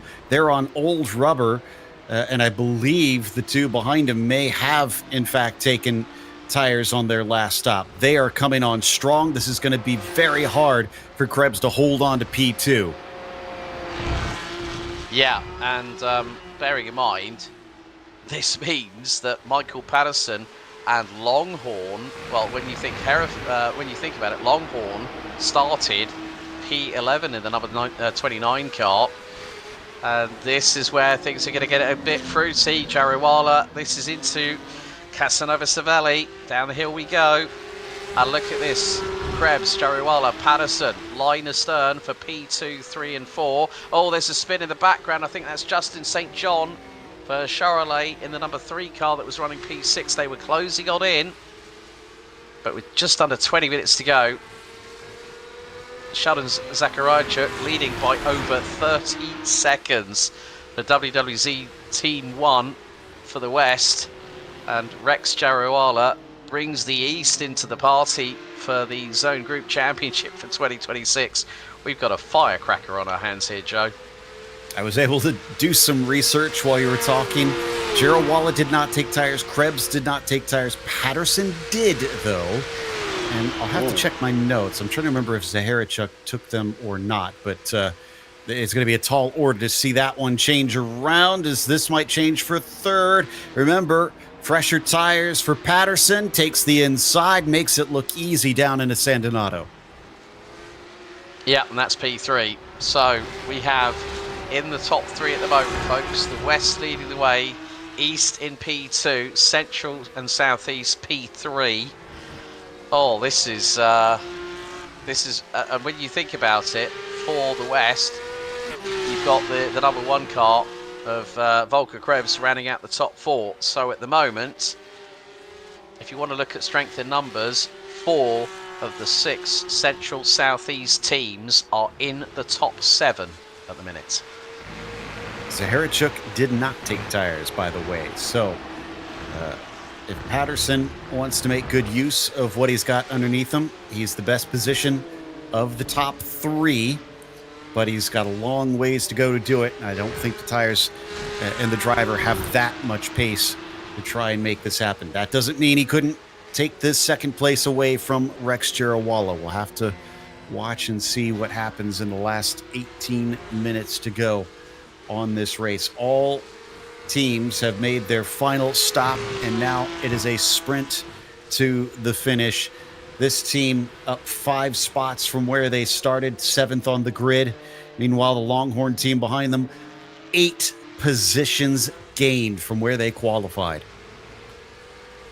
This is the beautiful thing about endurance racing. Strategy really comes into its own. And bearing in mind, I'm looking at the lap times after we completed, what was it, lap 53. I think Rex Jarawala took about 2 seconds and a bit out of Sheldon Zakarajchuk, who is continuing to lead. The gap is starting to come down, but I think Michael Patterson, like you say, could be a bit of the dark horse in the ointment, so to speak. He is closing on Rex Jarawala, was 0.4 slower than the number 421 on the previous lap, but with those fresher tyres, Mike Patterson might have the pace advantage. We're nearly at 120 degrees Fahrenheit, 119 Fahrenheit track temp, 48 degrees centigrade, and it seems like Patterson is trying to get a quick handle on to get the tyres up to temp. He doesn't want to push the limit too early, because he might cause a little bit of duress for those tyres too early. He doesn't want to take the pace out of them too quickly, but Jarawala will already be in that phase where the tyres might start to hurt the pace a little bit. Just trying to look and see which driver was the quickest that last lap. And it was actually Chad Casion of all people in the 124 with a 151 flat that he was able to run. That said, there was a number of drivers in the 151s ahead of him, so he's not going to be blitzing his way to the lead, but could see Casion gather a few positions because he's only about a second behind Trollet, who is only a second behind Saylor. So I think there is still some switch-arounds to be seen before this race is over. In the meantime, the 421 trying to break the slipstream a little bit, stay out of Michael Patterson to prevent him from reeling him back in. Patterson goes back into the tire tracks of the 421 with less than a second to make up to get that second place. Yeah, I think in some respects, well, also Robert Neville for Angus just posted a 50.798 in his own right, and that is, that's the team that we saw have that contact earlier on in the race and have that drama. So it is the case of seeing whether Patterson might decide, because look at the gap between Zakarajchuk and Jarawala. It is coming down, even though we've got 15 minutes to go. Never say never, because there's always unpredictability with endurance racing. You never know what might happen, because you've got to get to that finish line first of all to secure and cement your place in the Zone Group Championship. And when you think about it, yes, we've got the top 3 representing all 3 zone groups of PCA Sim Racing, and it has been one of those races that has really, it's had moments where it's really come alive, and now we've got this real good battle between Jarawala and Patterson. Patterson on the fresher rubber does have the pace advantage by about 0.3 of a second, but he's just lost 0.3 of a second and a further 1.5 in the opening 2 sectors. So Patterson's got to be very, very careful to see if he can close up to Jarawala, but Jarawala on worn tyres seems to be doing a fairly decent job, having posted a mid 51.6 last time around. Yeah, let's remember that Zone Group Championship is the ultimate goal here. While each team definitely wants to win the race, and WWZ Team 1 certainly looking like they've it's their race to lose at this point.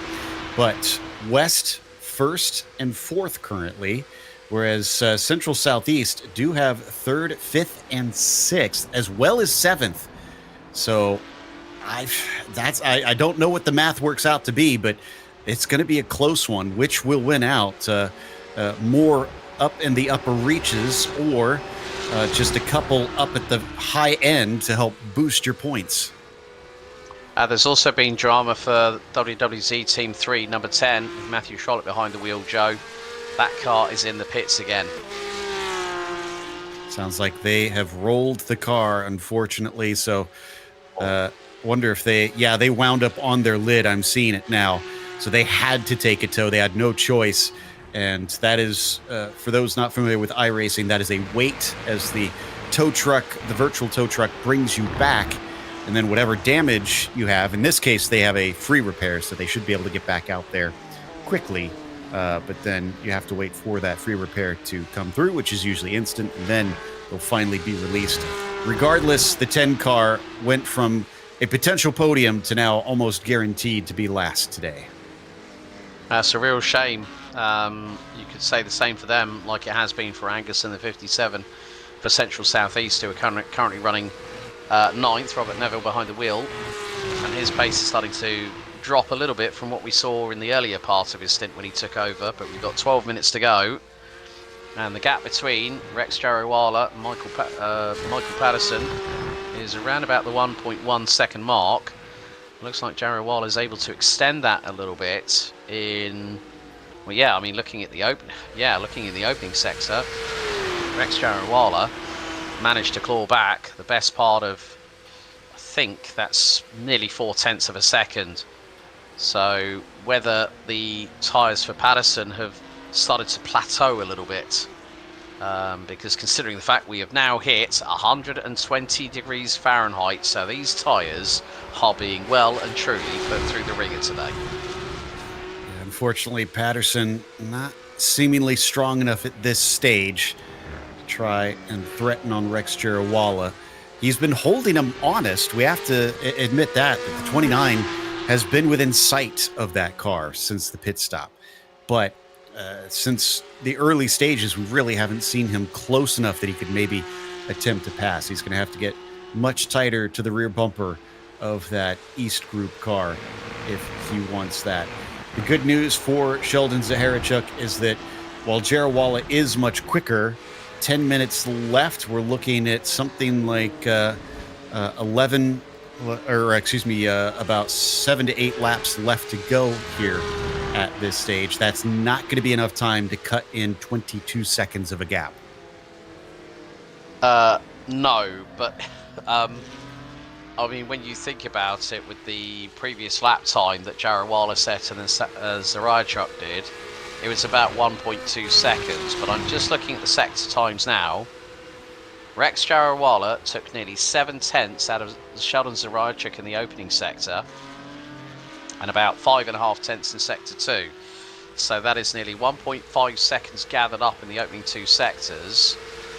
Yeah, I think you're right, Joe, that it's, you know, Jarowala is going to try and close that gap as much as he can, but it is not enough. If it was like, say, 20 minutes left on the timer and the gap was coming down that significant amount, then you could probably say there is an area of opportunity for the 421 car. But yeah, WWZ Team 1 are, I think now it's just Zaharachuk is just being given the instruction, bring it home. That's all we need you to do, bring it home. Watch those incident points if you're getting close to that limit. Keep it within the track boundaries. You don't need to run blistering laps out there. 152 almost on the dot for the 421 last time by. It's about 1.7 seconds quicker, and it needs to be something more in the realm of about 3 seconds a lap quicker for them to catch and then hopefully pass the leader by the end. Possible, but based on the paces that we've seen so far, looking highly unlikely. Also want to give a shout out to the 14 team of Brangus. Yes, they are well far behind at this stage, but they've unlapped themselves, and they've got Christopher Pies, one of our pro racers, hopping in for the final stint. So he's trying to boogie here to see what he can salvage for the team at the very end. Yeah, I think it's, sometimes, as you rightly said, Joe, that when we had the top 6, they would have put their faster drivers behind the wheel of the car, but then other teams that haven't had the luck in the qualifying would then decide, okay, well, let's just put our fastest driver, shoehorn that driver in for the last stint, and see how far they can get us back up the order. So yeah, it's going to be that case of now we're going to see. Oh right, interestingly, Volker Krebs, his lap times have started to drop a little bit, but I've just noticed Rex Jarawala 2.1 seconds quicker than Sheldon Zaraychuk as the gap is getting closer and closer to 20 seconds. But Volker Krebs for WWZ Team 2 has got Hereford's Patrick Aguirre right behind him as they're coming out of Poggio Secco at turn 3.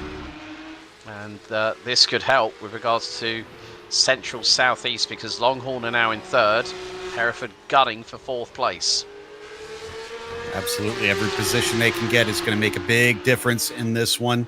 They're not leading the race, but they've got a lot of positions within the top 7 at this moment. And that's going to score them very good points. Volker Krebs, like you mentioned, lacking pace at the end. 7 minutes has to survive and somehow hold back Justin St. John. It's going to be a case of just toughing it out a little bit here, and my eye has not really diverted that much from the track temp. We're at 121 degrees Fahrenheit. It is ridiculous how hot the track has been all the way through the race. 121 degrees Fahrenheit, 49 degrees centigrade. And these tyres, I think my ears are burning at the moment, Joe, because they must be screaming blue murder right about now. No doubt. I'm sure it is difficult, especially for those teams that did not take tires here at the end. They've been doing close to an hour stint now at these temperatures, and that is pretty long. You have to remember these Cup cars usually are doing 40 to 50 minute races. Instead, are we going to see a change of position between Krebs and Aguirre? And it looks like Patrick is going to get the inside. He just has to finish the job under braking into San Donato, and he does it. And then Central Southeast with that has 3rd and 4th. Aguirre was actually 2 wheels on the grass trying to get through on Volker Krebs and just threaded the eye of the needle, just buried the throttle hammer down as Krebs makes a little bit of a gravel kick up going through into Poggio Secco at turn 3. But bravery there from Patrick to get the job done. And still the battle for P2 between Messrs Jariwala and Patterson, well, that gap has come down. So Patterson might have found a little bit more life left in those tyres. I mean, he was pretty racy in the first opening few laps when those tyres got up to temp, and then they started to plateau. So maybe he's got a little bit more grip to play with, as Patterson, because Jariwala, let's not forget, as you rightly said, Joe, did not take tyres at the last pit stop for car 421. Exactly, and Patterson is probably aware that a 2nd and a 4th is much better than a 3rd and a 5th points-wise. That might actually do it, because West team's Volker Krebs down to 5th now is certainly looking like they are not getting as many points as they were about 30 minutes ago. A little bit of a weave back and forth. The highest ranked East Club car might get bumped down to 3rd here. Patterson with a great run forces defense from Jarawala. Jarawala tries to hold on and will for now, but is starting to feel the heat. Yeah, Volker Krebs trying to fire back at Patrick Aguirre for P4 as Krebs has to check up, get out of the throttle. That means that the number 83 car from Central Southeast Hereford holds on to 4th. Aguirre still behind the wheel. There's been a little bit of a dust kick up in front of Jarawala and Patterson in the battle for P2 as they come through Casanova Savelli. Down the hill we go again. And I think after this we'll probably have 2 more laps to go before we hit the checkered. But what a way, what a race it's been for the PCA Sim Racing 2026 Zone Group Championship here at Mugello. A great track to host this event at, but WWZ Team Z Team 1 have really very much ruled the roost as soon as we saw James Martin behind the wheel, and he put in a mega stint. Amazingly, we've had our second team roll the car. Peter Sigourney for Team 241 have managed to put it on its lid. I think that was at Arrabbiata 1 that happened. So they have now moved to last place. As Trollet at least gets 1 spot back, but both of them obviously laps down here. It's not looking good for either team to do much more than that. Back onto the main straight. Zaharachuk is already long past the start-finish line, so they're probably going to get the white flag next time by. But Jarawala, he responds. He puts a little bit more buffer between himself and Patterson. Yeah, I think this could be a rather interesting last couple of laps, around about 6.5 miles worth of racing between these two. And look at this coming out of San Donato. Michael Patterson has a better run, and he's always chancing on the sausage curbs going through Poggio Secco. And then Jarawala goes wide on the exit of turn 3 into the left-hander here at 4 at Matarazzi before Borgo San Lorenzo. And again, they are just really trying to push as hard as they can. And Jarawala has responded to the advances of Patterson, who I think when he took the, clipped those sausage curbs, it unfortunately impedes the traction, especially as it was a right-hander he was going through.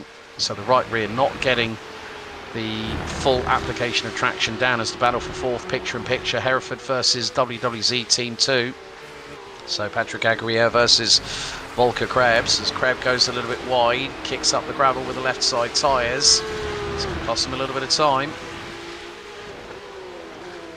And that battle for 4th is very important as well, because that is both West and Central Southeast fighting for the Zone Group Championship here in 2026. If they swap around, that makes it a little bit more questionable on which will come out ahead.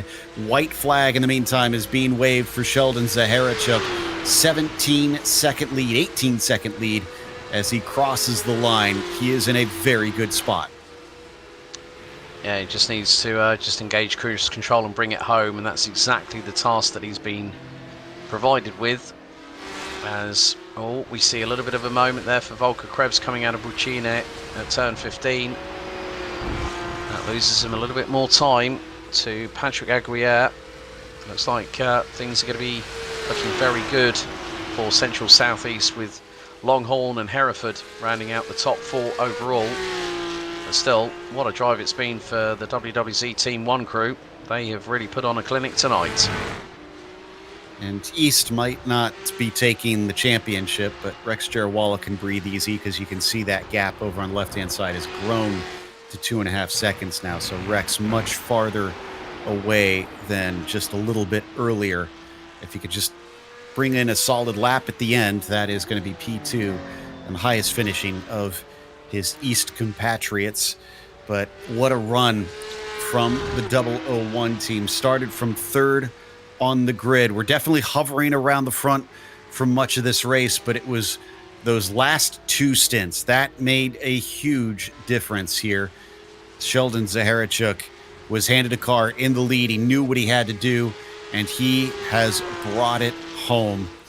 As, at least in terms of the race itself, West will take the win. It is now going to be a question of what will the score be after the race. For now, WWZ Team 1 gets to claim victory in 2026 here at Mugello for the Zone Teams Championship.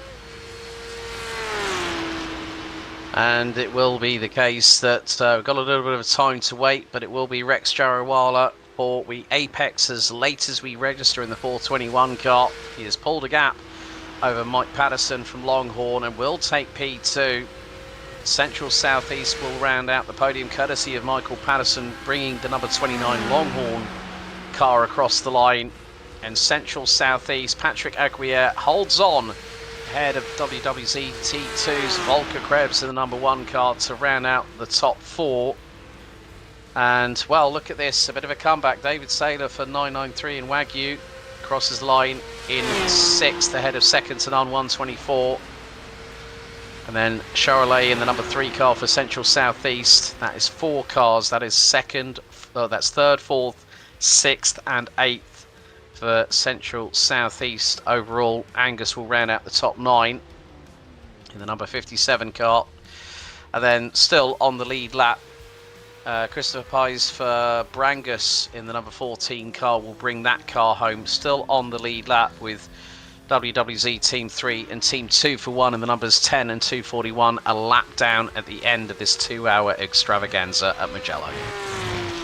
And a pretty good sign if only 2 of the teams wound up off the lead lap after 2 hours of racing around here. So kudos to everybody involved in today's race. Christopher Pies, like you said here on screen, to be the last one to wrap up the finishing cars in today's 2-hour event.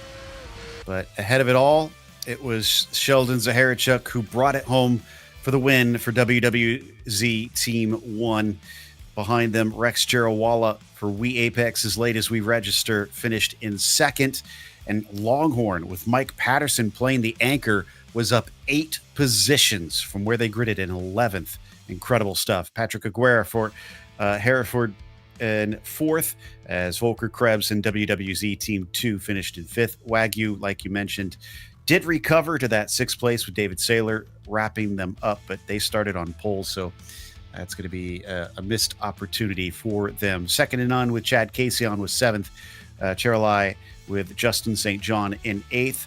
Robert Neville for Angus in 9th, and Chris Pies for Brangus in 10th. And it's Matthew Trollitt for WWZ Team 3 in 11th and Team 2 for 1, with Peter Sigourney bringing them home last on the field. Trying to see if we will have any interviews, because I don't see anybody waiting for us quite yet. A few probably having some celebrations, others maybe trying to relax after a long one. Does look like we have a couple drivers ready to chat with us. Why don't we talk with Zaharachuk? And I'm trying to remember who else was in that team here. Tim Taplin and James Martin, I think, were also part of the crew with them. That's from the winning team tonight. You are correct. Yes. So let's bring them up together here, because we got Tim with us. We got Sheldon, and we said James Martin, correct? Yes, correct. All right. So let's bring James in. Guys, congratulations on the win of the race. We're still waiting to hear what the score is, but I can imagine there are celebrations regardless for bringing West home with the top spot. Can you grab James? Oh, yep, let's get him in here. There we go. So tell us about that last stint, Sheldon. You were handed the lead. Did you feel any nerves knowing that you had to bring it home there, or did the big gap give you at least a little bit of less pressure? There was definitely a lot of pressure to bring it home, not making any mistakes and keeping it as smooth as I could. But that gap that Tim gave us was great, and it did take off the top of the heat there. So how much did you guys stick to your plan throughout that race? Because we understood there wasn't much wiggle room for when the pit stops could happen, but I assume you had a predetermined order for who would get in the car when. We did, and we did cut it back by 1 lap on each of our pro and club drivers, just to give us a little bit of breathing room. Gave our wonderful Tim, who was doing a great job, gave him an extra lap, and it turned out really well. And I don't see David around, so wanted to ask you guys, with him starting, was he happy with his performance being up towards the front, even though he wasn't leading at the end of his stint? I thought David did a great job. You know, he brought it home. He decided to tuck in behind P2. They made gains on P1 on the last 4 laps, and yeah, handed it to us in a very manageable position. And he's also gets some credit for giving us the setups. Yeah, David's awesome. Sheldon and Tim brought it home with a really warm track temperature. It was just great effort. Again, congratulations all around. Is there anybody you guys would like to thank? Yeah, Joachim certainly gets, Joachim Bacher gets a little credit for managing the team for us. I'd also like to give credit to Jeff Williams for organizing all this. And I'm going to give a thumbs up to Mike Patterson. Now, this is my first year doing this, and he was one of the lead instructors when I first came in. Made a huge difference in my driving and let me keep improving through the whole season. Well, fantastic stuff. Savor the victory, and we'll cross fingers for you that it's also the group championship as well. Thank you. Thank you. That were our drivers in the 001. And then up next, we've got we Apex as late as we register list. I'm trying to figure out who all was in there. Maybe we don't have them actually here, do we? I think we do. We do have Jabino. Yeah. Jabino, yeah. Alex, would you like to talk to Jake? Yeah. Well, Jake, firstly, a really solid effort for you guys. We Apex as late as we register with yourself, Rex Jarawala, Anke Bergsonner, and Joe Birkenstock. It was going to be a tall order to top what WWZ Team 1 did, but you guys made a hell of a jump from 7th on the start to finish P2. And it was quite close between you guys and the team at Longhorn in P3 at the end of it. Yeah, it was excellent. That opening stint was quite tough to keep pace with the guys up front, some of the quickest guys in the PCA Sim Racing League overall. But I really have to give credit to all of my teammates, to Anchor, to Joe, to Rex. They all did an excellent job, and Anchor picked our fuel strategy, and that really paid off. So yeah, credit to all of them, and a great time racing with everyone. I think also with the fact that when Rex got in for the Anchor stint to bring the car home, he was still running pretty good consistent lap times, despite the fact the track temp went close to or nigh on 122 degrees Fahrenheit. I mean, what was the biggest difficulty with the tyre strap, with the way that the temperature was going higher and higher as the race progressed? Yeah, so we dropped pressures just a little bit when we took new tires on our second to last stint, and then Anchor and Joe both did a great job conserving tires. I was a little rough on them first stint, but we had a lot of life left for Rex's Anchor stint at the end, and he really put them to good use, and we were able to capitalize on that. Yeah, I mean, still a fantastic effort by the team at We Apex as late as we register. Is there anybody in particular, Jake, that you on behalf of the team want to thank for the performance tonight? Yeah, just want to thank you guys in the booth as always. Excellent job. Everyone in the PCA, really appreciate it. And once again, to my teammates, they all did an excellent job, and we're looking forward to doing this again sometime. Thank you. Thank you very much to Jake Gerbino from We Apex as late as we register. And then, Joe, I think we've got another team to speak of, the biggest chargers of the day, Longhorn from Central Southeast. Indeed, Patterson, Carmichael, Gonzalez, and Costas joining us in the booth. Third place, and I mean, an impressive run forward, you guys, but you took tires on the last stop.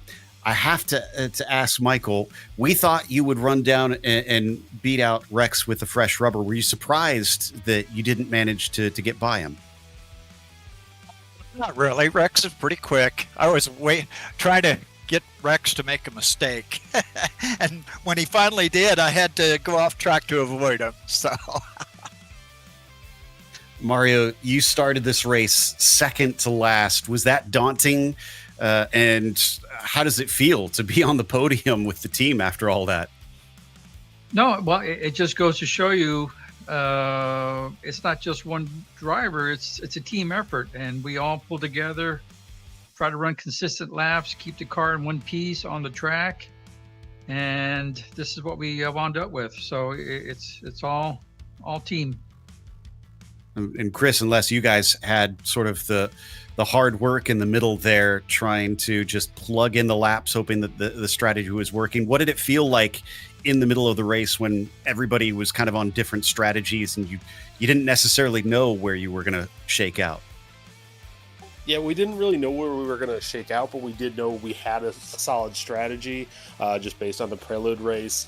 But yeah, fortunately, as Mario said, it's a team effort, and these guys did an awesome job, and I really appreciate them taking me on, Tim, and a lot to learn from them. Well, great stuff from all of you. Before we let you go, is there anybody you guys would like to thank for a podium today? How about all the boys at Matrix, for one thing, and the steering committee, and everybody at Racespot? You guys do such a fantastic job.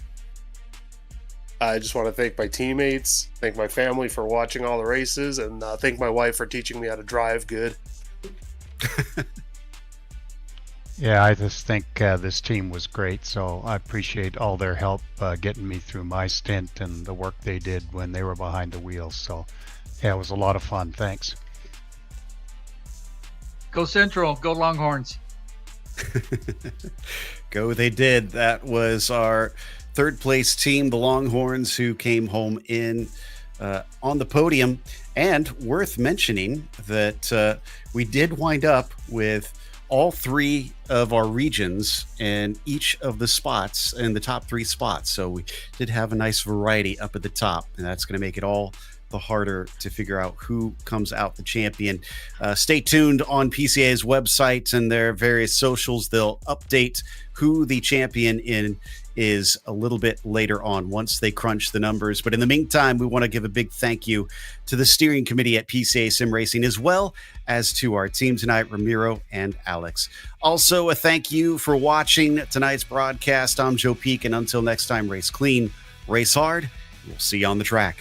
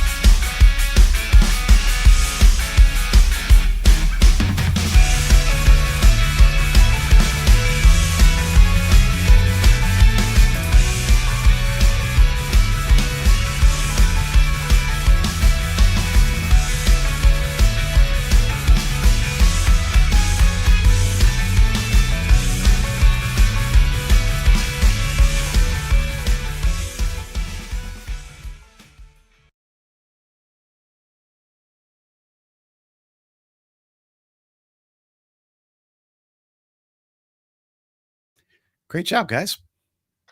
Ooh, that was a lot of fun, that was. Yeah. All right. I have 5 hours of